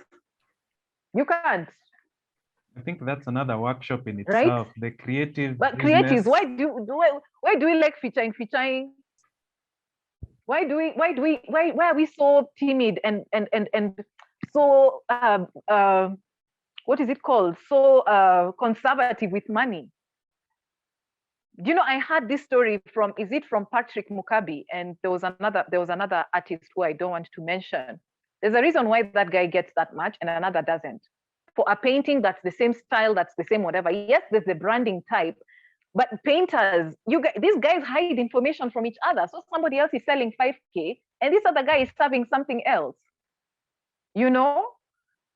So if these artists come together and they share, how much do we want to charge locally, regionally, internationally for oil paintings of this size? Of what's our level? Do you think our painters would be taken for granted? Right? It's the same with voice actors. We can decide how much we want to get paid. Right? I'm sure some of us have served the same client, but why aren't we using the international rate standards that are shared on the voicerealm.com? Like, it's something so simple. I literally have it on my homepage. Those are like those things that I do not like. It's always there. It's always there. So that whether I'm on the move, whether I'm in the middle of a date, whether I'm wherever, I can always go there and calculate my money. Okay? I can know everything. So that once I have the numbers right, I can simply quote with confidence, knowing that these are international standards, right? And if in doubt, whenever maybe a project is sort of like custom or something, reach out to Jennifer. Why? Isn't Jennifer the same person who's over here talking about Ubuntu, about the collective success? Because she knows, she shared this information because she knows if Ayuma quotes right, if the same client comes to me, I am basically quoting for myself. Guys, that's the thing. When you quote for a job, you're quoting for all of us. Because we will be measured by that standard. You know, the reason why I said yes to the Adidas job and I did such a great job is so that Adidas cannot come to another Kenyan and pay us less than $3,000. That's how much they were willing to pay. Right? So Adidas knows, don't play around with Kenyans. I did my job. Right? Will you do your job? Or are you going to quote $100 to Adidas? Just because, oh my gosh, just to work with Adidas. Are they saying the same thing about you? I should be like Elsa Majimbo. Where is my crisps? Are they saying the same thing about you? It should be an honor for them to say that. That, hey, I worked with Ayuma. That lady is amazing. You want that because you take yourself seriously. And it starts with sacrifices, guys. Saying no to those jobs that are paying low, because you are saying, by saying no to that low paying job, you're saying yes to a high paying job, right? But if you say yes to that low paying job today, you're saying yes to that low paying job tomorrow and the other time and to the rest of us. It's a money mindset, guys. In fact, yeah, guys, let's use the WhatsApp and the Facebook groups. And the reason why I created the Facebook group is it's easy to go back and look at the history, because on WhatsApp, you know, people tend to clear out the cache or the history. So sometimes that answer might be gone. So please use these tools so that your questions are very important and powerful. Yeah. And in fact, Ayuma, you remind me of, of an artist. I forget who it was, one of the actors. I don't know if it was Denzel or one of them. They said in their first year was the year of yes, where they accepted anything. But then year 2 was when they started saying no. They started being selective when they started realizing, okay, I cannot be accepting just anything. I have to be aligning my values. So, so I think it's a journey where one takes, where you have to, you know, go through all those yeses. Then when you start realizing what your values are, they're clear to you, you can now start saying no. Yeah. So there are a couple of questions here. Yeah. The only time you can do something for free is when you are learning.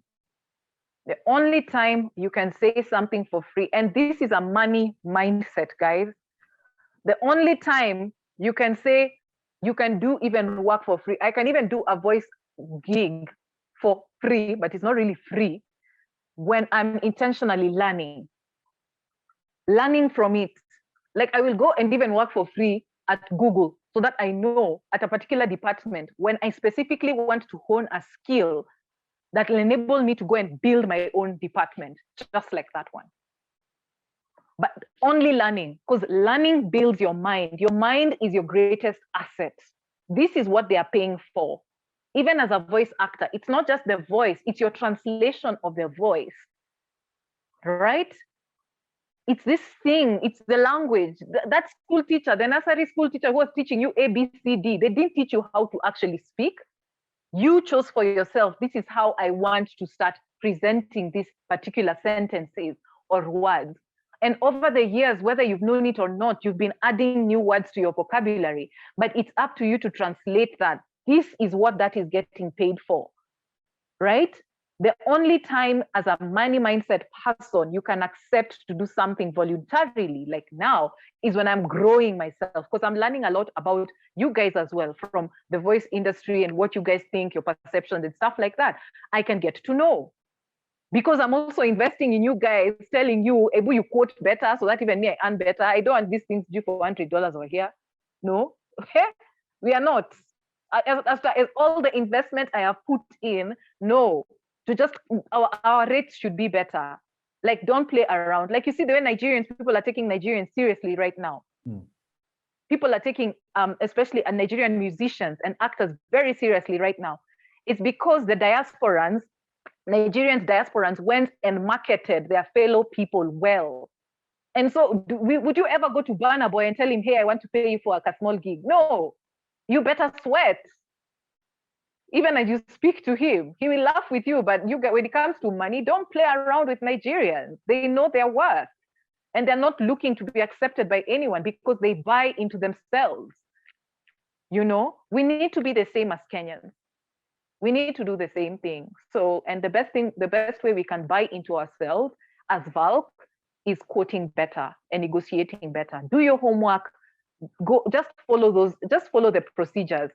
Just clear out an afternoon. See it as an investment in your career. Go through the trainings. Write notes for yourself. Do the act. What do I need to action, change, or teach? If you've learned something amazing as a voice actor over your years, if you've mastered something, a skill that is really great, imagine by teaching me, it won't take away from you. Can you imagine? It won't take away from you by teaching me. Imagine. You can raise your hand up, tell Jennifer, hey, I would like to sign myself up for a workshop. I would like to teach these guys how I honed this particular skill. And then share with us, because by sharing with us, we will negotiate better. And guess what? You will earn more. And it will not just take a year. It will take a while, but look at your voice acting career in the long run. In the end, it will always come back. If there's something I know about effort and working smart and money, is that the return of investment, it always comes back. Yeah. Wow, investment always comes back. Yes, I think a couple of more questions here, and then we can wrap this up. Yes, Ray was asking, please talk about knowing your value in terms of negotiating for pay. Do you have a defined process that you go by? Imagine my process is easy. The things we've learned at Valk. When somebody reaches out to me, okay, first of all, there's the whole processing and stuff like that. But when it comes to negotiating, if I don't already have the number in mind where I can calculate, I always just go to the voicerealm.com. All of that stuff is there. Imagine, and it's just an automatic system. All I need to do is I ask the key questions, which, by the way, Jennifer can also help us out. But she already talked about it in previous workshops. That's the questions that can help you negotiate better. You know, like if a guy comes and asks me out, I have questions. I just won't say yes, even if you're Jason Momoa, my lifelong crush. Even if you come to me, I will still ask you questions. Because before you get access to this amazingness, I have questions before you get access to me, right? It's the same thing. Don't just say yes, even if the money is so good. Go to the fine lines, go to the fine details. I ask them, okay, who is the client? Are you willing to disclose who's the client? Because it may seem like a regular job, but the client makes the difference. The client makes the difference. Recently, I said no to a job that seemed like, wow, in fact, imagine they're quoting, this is a good amount. But once they disclosed who the client is, I went and did my research, and I told them that I'll get back to you by the end of the day. I went and did my research, and I realized this is a global company in the energy sector. How can you not afford to pay me well? Excuse me? How can you not, in the energy sector? At the end, you don't have money.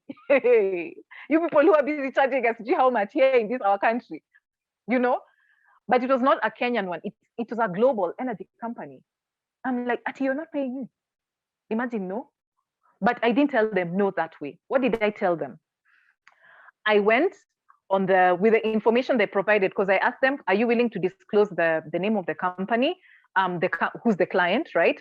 Are you willing to, what is the purpose, the usage of the voiceover? Also, is it, is it non-broadcast? Is it broadcast? Is it being used for, is it education? Is it e-learning? What is it? Is it something commercial? What is that? Do you need full broadcast rights, or, just commercial rights? Do you need, is there a license to it, like 1 year license, whatever? Do you need split files? You know, this is something that I learned the hard way. And now I have come to a place where I'm like, yes, I am now, you know, splitting the files, especially when I work with a studio, splitting the files. How do you need split files, individually named and stuff like that? What do you need? Like, ask those questions, you know, and even ask them, what is your budget? Actually tell me what is your budget. We can't just be going to and fro, especially on different time zones. And you're just like, no, that's not mine. Oh, are you willing to go lower? No, tell me what your price is. And if you're not willing to disclose your budget, then I start feeling suspicious. Because even me, I work a lot on my intuition. Is if I start feeling these people are not disclosing your actual budget, you're not disclosing who the client is, hey, I start asking myself questions. And I'm like, we are in a partnership. Why aren't you being open? Are you trying to undercut me because of who the client is? You know? And if the client is a big client, send me a contract, send me an NDA so that I sign. I will happily not share until you finish the work and you share me the work. You share with me the final work, you know?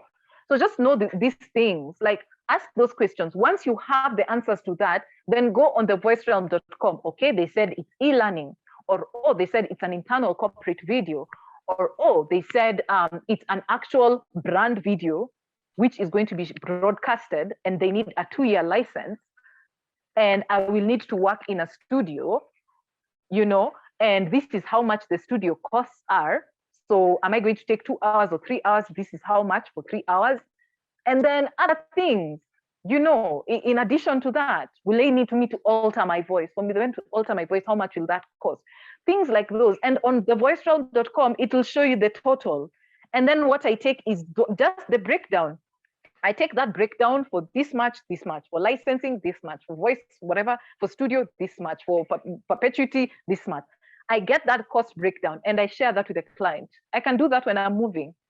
I share that when I'm in a taxi. I share that when I was somewhere I'm waiting for a friend for a date. It's very, very simple, guys. Use technology, cut the questions, limit the excuses, just do the work, know your worth. If you really want to get paid well, trust you me, and especially if you burnt the rubber by doing great work and being paid poorly, I tell you, you will feel it so well that you will be like, not on me, like never. I do not want to be associated. For you guys to hear me say this, by the way, it's not that I've never been undercut myself. I've ever worked for an international NGO, guys, where I was getting paid 30K instead of 300,000. I did not negotiate. Now you understand. And that was for 10 months. So you tell me I would have gotten 3 million in 10 months, but instead I got 300K. That is why I'm saying when you negotiate for today, you're negotiating for your tomorrow. That was 10 whole months, guys. And then what do they do? When you go to the other NGO job, they ask you, give me your slip from your last job. That's why I'm saying, say no to the cheap stuff, say yes to the good stuff, because you are negotiating not only on your future behalf, but also for us. Yeah. Wow, that's very shocking. And yes, unfortunately or fortunately, we've come to the end of our session. We still have a couple of questions left. What I'll do is I'll go ahead and post those questions in the Facebook group, and they can be, you go ahead and answer them. And yes, now for all of this beautiful presentation that you've given us, there's another side to it where we need the feedback. How has this information impacted your life? So we need to hear your feedback, which is data. And that's something that that Ayuma gloriously emphasized. Without data, we cannot know where we are and where we would like to be, so that we can make those steps, those action steps in the direction. And everyone, your questions have been very powerful. Ayuma has shared a lot of insights. And so the feedback, please share it in the WhatsApp group. Please share it in the Facebook group. If you're not on the WhatsApp group, Jennifer has shared the number in the chat. Or please also go ahead and share it by email. It is voiceactorsleague@gmail.com. And yeah, so please share your experience with us. We're on Instagram, we're on Facebook, And please use WhatsApp. And please do that now while the information is still fresh. And now, without further ado, I'd like to welcome the person that has made this whole experience possible. Without her, we would not be here and having our lives being impacted. So that I can dare say, if Ayuma can, so can I. Without further ado, let's welcome our awesome Queen Mother, Jennifer, please. Coming on. Third video. Ayuma, thank you. Great job. Thank you. We are inspired. For real. Asante. Greetings to everybody. Action. I can't overstate what Ayuma has said. That action is the key to anything in your life. And so Ayuma, bless you. I can't even summarize what you've said. It's been great. And so I'll let everyone go and digest, but act on what Ayuma has said. On every workshop you all attend, this is my notebook. I've got a dedicated one, made in Kenya. And so I've got my notes written. That's right. That's right. So the time, we have just a few minutes to conclude. I'm not gonna say too much because it's been such a weighty, a lot of information that's come from Ayuma. I just wanna say, please take note of all those contact points about how to reach us. You should all have our email information. So if there's any question you have and it's not answered on Facebook or it's a personal one, write to Jazz and I, and we will respond and guide you. Just to mention, maybe to capture one of the reasons why Valk has been created in Kenya for us Kenyans, and I love how Ayuma has presented us to be able to change the narrative about voice acting as global voice actors who are Africans. Our identity is community. That is what makes us different from what other information you may get from the West. And that's where your representation of me positively is me being out there positively, and conversely negatively also. So it's so critical for us to be beefed up and to understand these stories we tell ourselves, the narratives that have come from outside to make us feel like we don't have a competitive level, stage, and to get the mindset that Ayuma has presented so beautifully. And so I just want to talk about how the Voice Actors League is here to guide you. There is a small fee to join I'm talking to myself already as I say that. I'm not going to say small fee. There is a fee. There is a cost to being part of the league, but we are available to help you walk it. So it's not such a dark area. And as you can see, we're growing in terms of the people who can speak into that growth process. I have something, Ayuma has something. Everyone will contribute. That's what it takes to be community. What I ask is that as you join the Voice Actors League, notice to yourself. Part of the reason I asked that question about hunger is real is because we have a poverty mindset that has been given to us through the narratives. There's no richer continent in terms of food, which is what our money is for, in terms of care and those grandmother stories that Ayuma told, the wealth of wisdom. So I hope, and my prayer is that the funds, the money you get from your voice acting work takes you out of a dependency cycle where you're constantly working to pay the bills. You're constantly working to send your children to school. Those are the holes in this setup that has been a foreign setup that's been given to us as Africans. And so part of getting out of it is your natural voice, and the Voice Actors League will then help you learn how to perform, because everyone's voice, there's room for everybody. There's room for everybody. Your unique sense of what that script is about, that what you learned, that Ayuma's voice, that was really cool. Hi, this is my Safaricom voice. There are skills to grow, because let me tell you, as you get higher and higher, they actually ask you to cut back on the high and come back to who are you. They've understood who you are. They've loved the you that you've been presenting or you've been lending yourself to. By the way, that's something you all need to catch up on. Wakio's workshop as well. That's on the Facebook. I believe it's in the Facebook conversation. It's available there. She talked about how to lend yourself to a character. So there's more about that from what the workshop Wakio gave us at the beginning of the year. But to be your authentic self takes skill and takes courage. So there's a growth curve. I mean, where I'm at now, they're saying, no, we don't want that Safaricom voice. Where's Jennifer? I'm like, wait. Okay.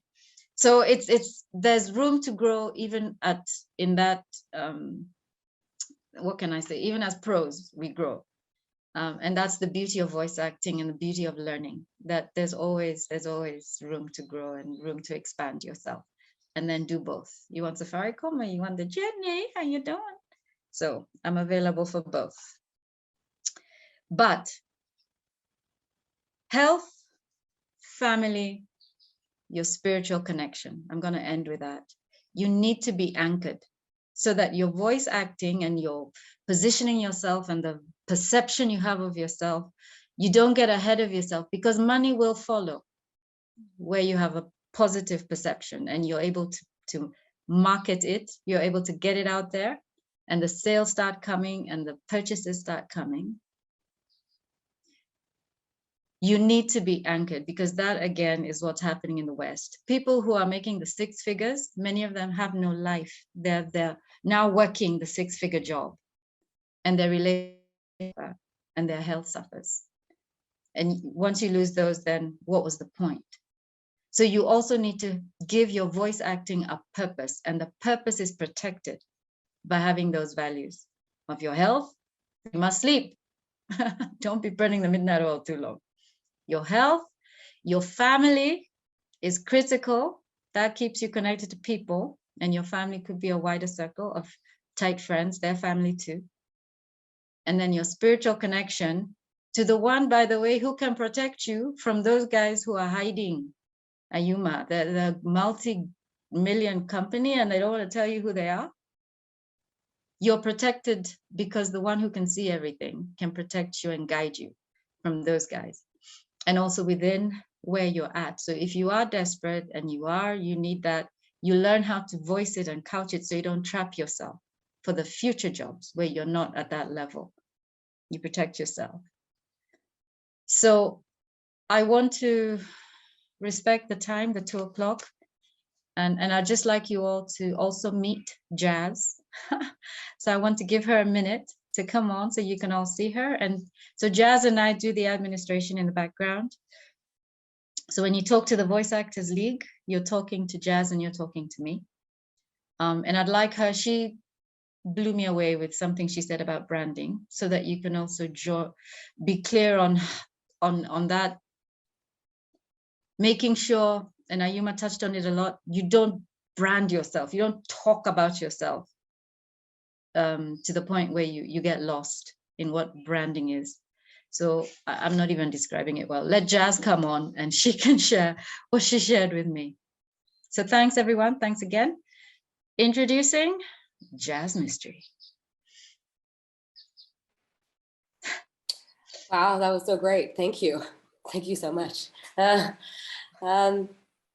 Wow, that was such a great talk. I mean, you did such an amazing job. Thank you so much.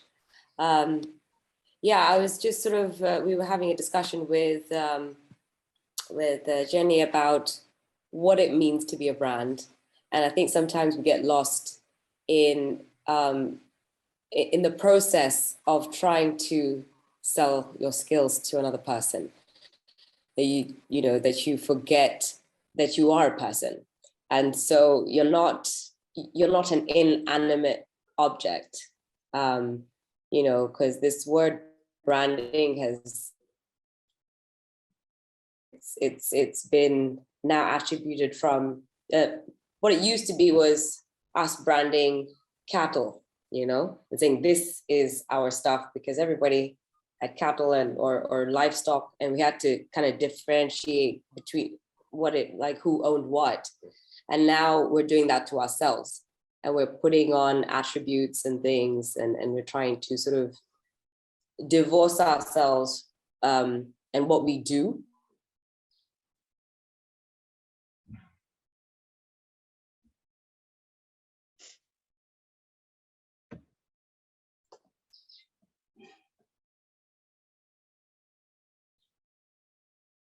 Did Jazz just hang? All right, pray she comes back on. Okay, yes, as she's coming back on, Mhm. guys, in the group I've posted to please go ahead and share your feedback. Share one thing that Ayuma just, for lack of a better word, you have the words to describe what your experience was. Share one thing that you're going to do to change your voiceover business today and this week. Just share one thing. And also share one thing, one topic that you would like to be expanded more in a workshop. So use the Facebook group because this is our way of gaining data. You guys are the people wearing the shoes. So after this, we do not know how awesome or juicy it was, or if it sucked. If it was juicy, say, oh my God, it was juicy.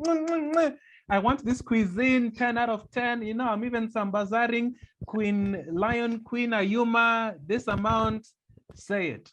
But say if it sucked, oh my gosh, Lion Queen Ayuma sucked. And if you say it sucks, give the reason why. Say when this was said, my experience has been this. So if you're saying something was nice or something sucked, say how it was nice or say how it sucked. Don't just say, yeah, it sucked or yeah, it was nice. So we're also in the art of giving feedback, which is part of data.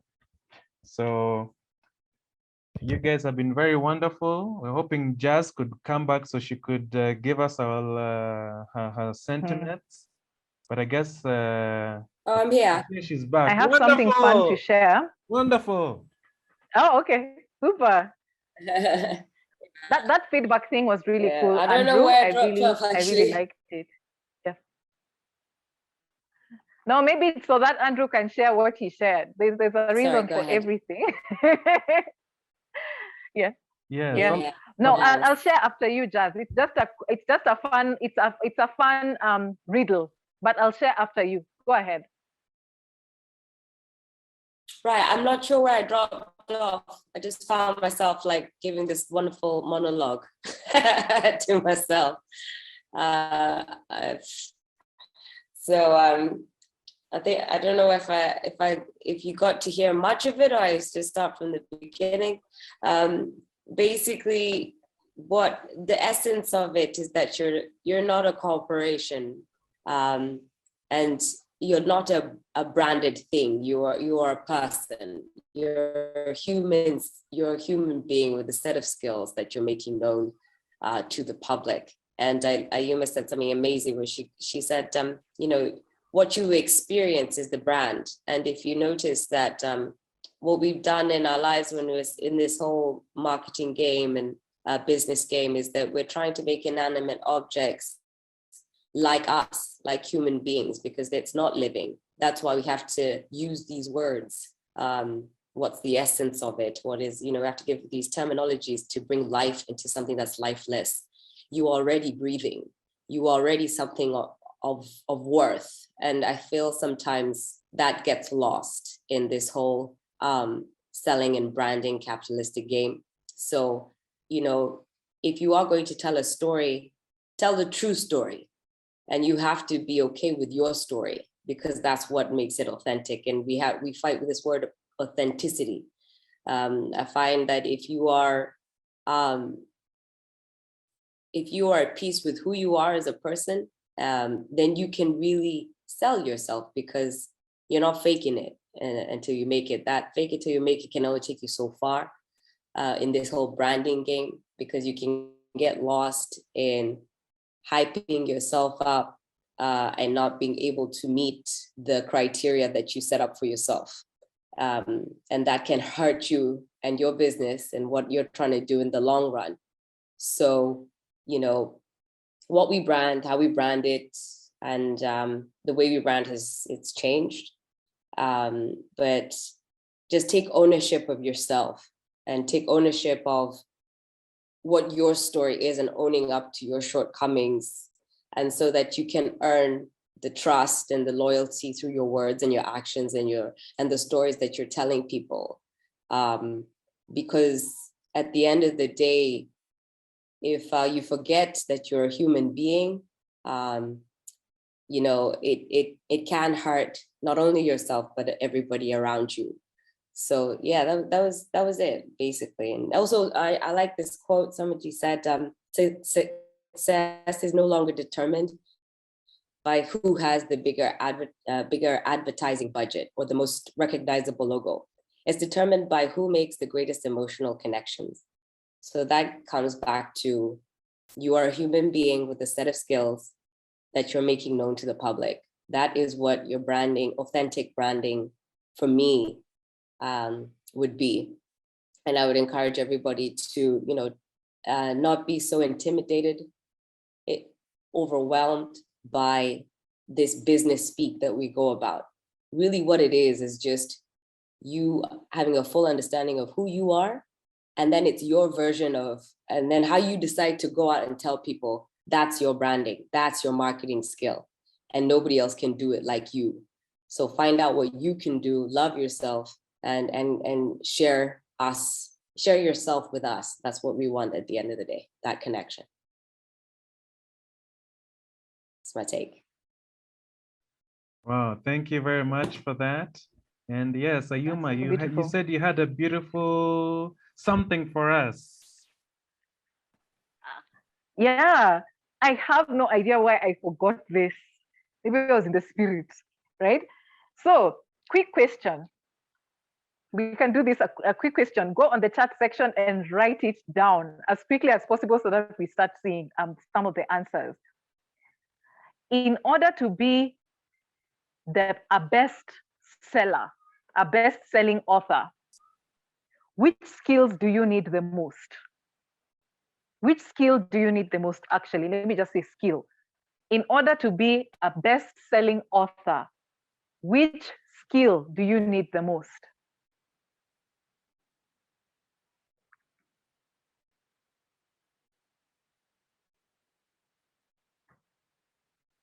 In order to be a best-selling author, which skill do you need the most?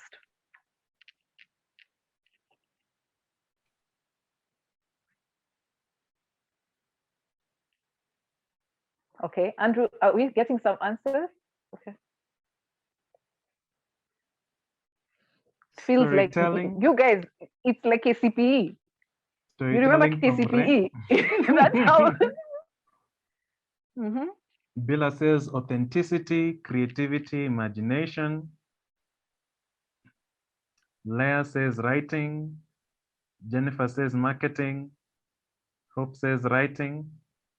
Drew says authenticity. Yes, value your skills and price accordingly, no fear. Oh, I think that was his his takeaway. In order, yes. Storytelling, communication. Top skill is storytelling, that's the core product. John says writing. Nkatha, visibility by the potential buyers. Maureen says uniqueness.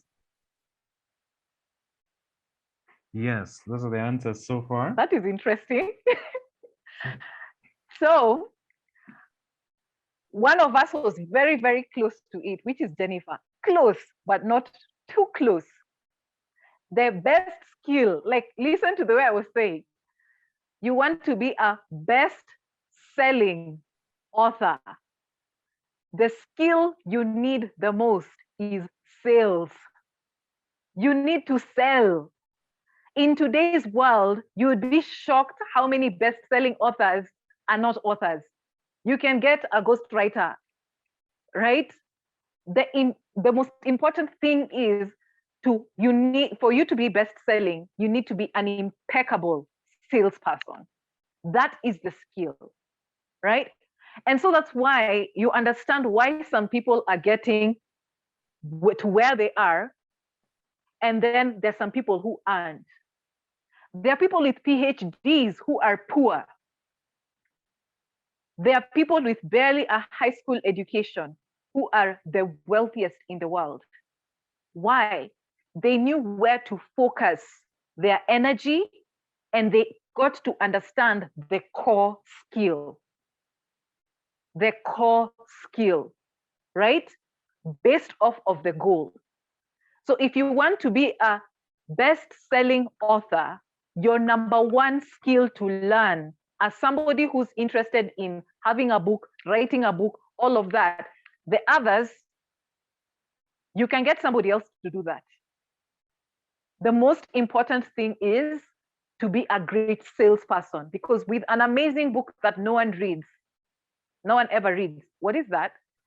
You can market the heck out of something, but to what audience, right? But if it is your story, somebody can come and get your story. They'll get it out of you. That's the job of ghostwriters. I have friends who are ghostwriters, right? Lisa Nichols, one of the best motivational coaches and transformational coaches in the world. She's not written a single word in any of her books. Most of them best-selling, right? You can get somebody to do this. So guys, get to know that in order to get you to where you are, especially on your financial journey, you don't need to be everything. At some point, yes, you'll be everything. But right now, the key word to understand is the core skill, right? Core skill. As a voice actor, in order for you to be a best-selling voice actor, it might not be sales, but when you measure your data, that's the importance of knowing which core skill do I need to master. You know, that's why Jennifer said even pros need to learn, right? Be this person who always learns and understand, where can I get this core skill? Is it mic technique? Is it negotiation?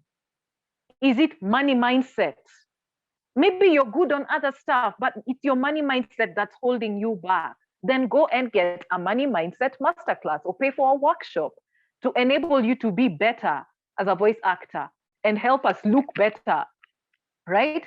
So it's not always getting a best mic, a nice mic technique, or writing copy, or delivering or projecting your voice well. Understand what is your core skill that you personally need to work with.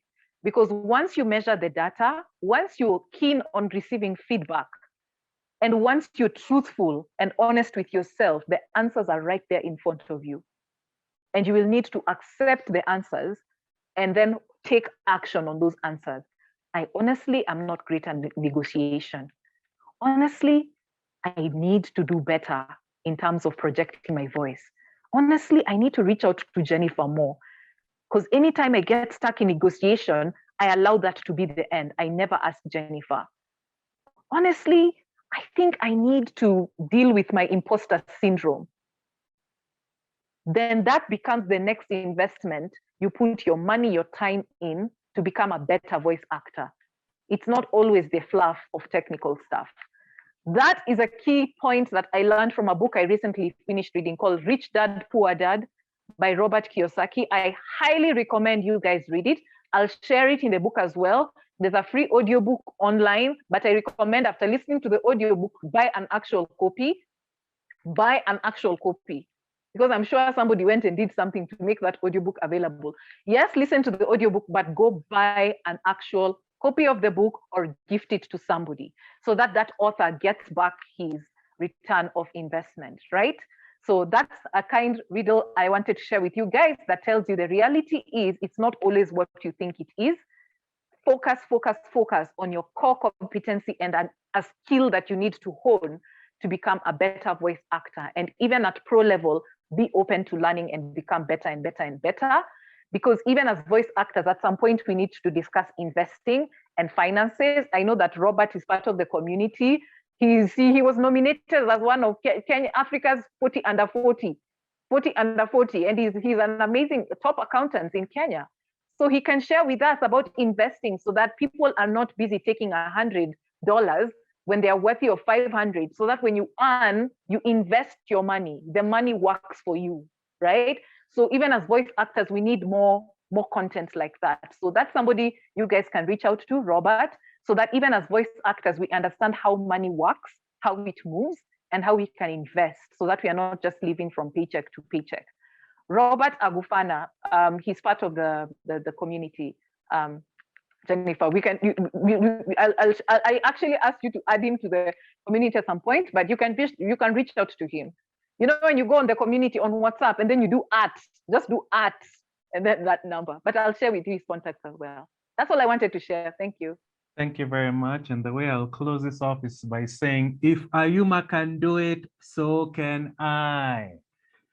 So realizing that there are opportunities beyond our borders, there's the narrative that we need to recognize.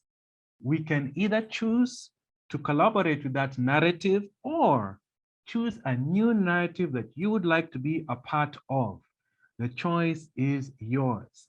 So all the information for beginners, intermediate, advanced pros is available courtesy of Jennifer.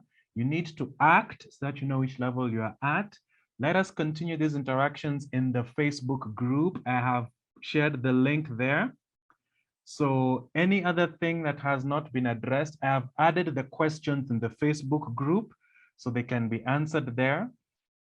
And feel free, not feel free. Right now we're in the point of action. We have been over 30 participants. I'm expecting at least 30 feedback saying how awesome Ayuma was or how Ayuma sucked and the reasons why. I'm expecting to see an act, what you want to do with this information to help you move forward. This is no longer the group of listening and it was nice. Okay, I've been emotionally fulfilled because I've had something nice. Okay, now waiting for the next workshop. How are you going to apply this in your life so that you can be that voiceover artist we are all speaking of? Now we can say, if so and so can do it, so can I. So thank you very much. This has been the end of the Valk workshop, sponsored proudly by Ayuma Michelle, Queen Lion, President Michelle Ayuma. And this doesn't stop here. Thank you very much for Jennifer and Jazz. And last but not least, I am your host, Andrew Balongo Opere. Thank each and every single one of you for showing up, wanting to be the best version that you want to be. And we have been hopefully facilitating an experience that will allow you to get to where you would love to be. Thank you very much and have a great afternoon. We'll be posting up the video of this later on in the evening so you can catch up for anything you missed, write down your notes. Thank you very much. And remember, share your feedback in the group. Thank you.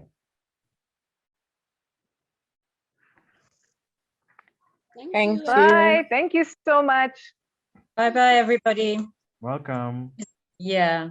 Have a great day. Be warm if you're in Nairobi. Those of you in the diaspora, Ayuma, enjoy the heat. Modoni from Ghana. Imagine it's about to rain. Oh. Yeah, by the way, we had an international audience. I think there's Nigeria, Ghana in the house. So wow. Awesome. Yeah. Wow. Awesome. Next time you should let us know so we should welcome them. You know, give them that warm Kenyan welcome. Modoni, are you here still? Say hello. Yeah, we say Aquaba. Aquaba. There was what's his name? Robert from, gosh, Adukutu. Wow. Something like this. Now you see Anybody here? How technology is making us international. Yeah. They may have left.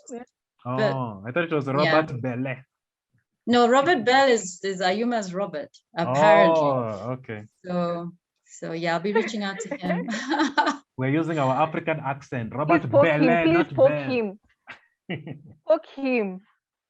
Yeah. Tell me again. He's Poke got him. what? Poke him and make sure you get him. What knowledge is it that he off? Tell me. So now I have a context. There he is. There he is. Finance. Yeah. Robert, show yourself. Robert is here. I've shown myself. It's very intimidating speaking with such professional voiceover. So I don't know if my voice will be judged. Please, in It's fact, you the have a very value rich, of what you're bringing. you No, have a we are very not rich judging. tone. Yeah? This is not our brand. This is not our brand here. This is us. All Yeah. right. Okay. Sawa. Thank you so much. So Robert, what is it that we're gonna glean from you? We're gonna. Wow, excellent. Well, sorry, I'm a transformational speaker, and I do coaching. The thing that I help people to do, the danger I help people to avoid is definitely regret. Regret in that you've not managed your money properly, like what Ayuma was saying. So I'm a qualified accountant. And then also going for their dreams and unleashing their creativity. So how to monetize your creativity? I guess I can contribute to community by, giving basic finance 101, particularly for creatives, because that's what I do in my business, helping creative entrepreneurs avoid premature failure. Because I think we, as Africans, as Kenyans, we have a good thing going. We have something that can create value, but we tend to fail early because, as Ayuma talked about earlier, this mindset that we have around money and around our value. So we tend to undervalue ourselves. Yeah. Got you. Wow. All right. Wow. That's awesome, Robert. So I'll be reaching My out teacher, to you. Ayuma, will tell me that if my storytelling is is getting better. No, in fact, that was a very nice preamble. You pitched yourself well. And in fact, I have a podcast, which I target psychologists and coaches because they give information that's unbiased and helps people with the actual tools to actually move forward. So I'll be looking for you. Mm-hmm. Great. No problem. Yeah. Fantastic. Yeah. Okay, Robert, I will be in touch. Super. We will be in touch. You might have forgotten Yeah. me. We used to talk in the streets a long time ago. I remember I did a voice acting gig for Airtel. You kind of connected us, me and my bro, years ago. Yes, years ago. Hey, Years in the ago, I do- definition, we Sorry? Say it need again? definition to the word street. We need definition of the word streets, because in Nairobi, when you say in this street, it means like the dating scene. The VoiceOver streets. Yeah. Hey, Which I like street? that. Yeah. Which street exactly? Okay, well defined. We'll reconnect, Robert. See what's happened in the interim since we Great. Thank you, met guys. in the streets Yeah. All right. of VO. Thank you, everybody. Bless you. Thank you. Bless you. Bless you. Super. Bless you. Bye, Bless you. everybody. We'll be in touch. Bye-bye. Bye-bye.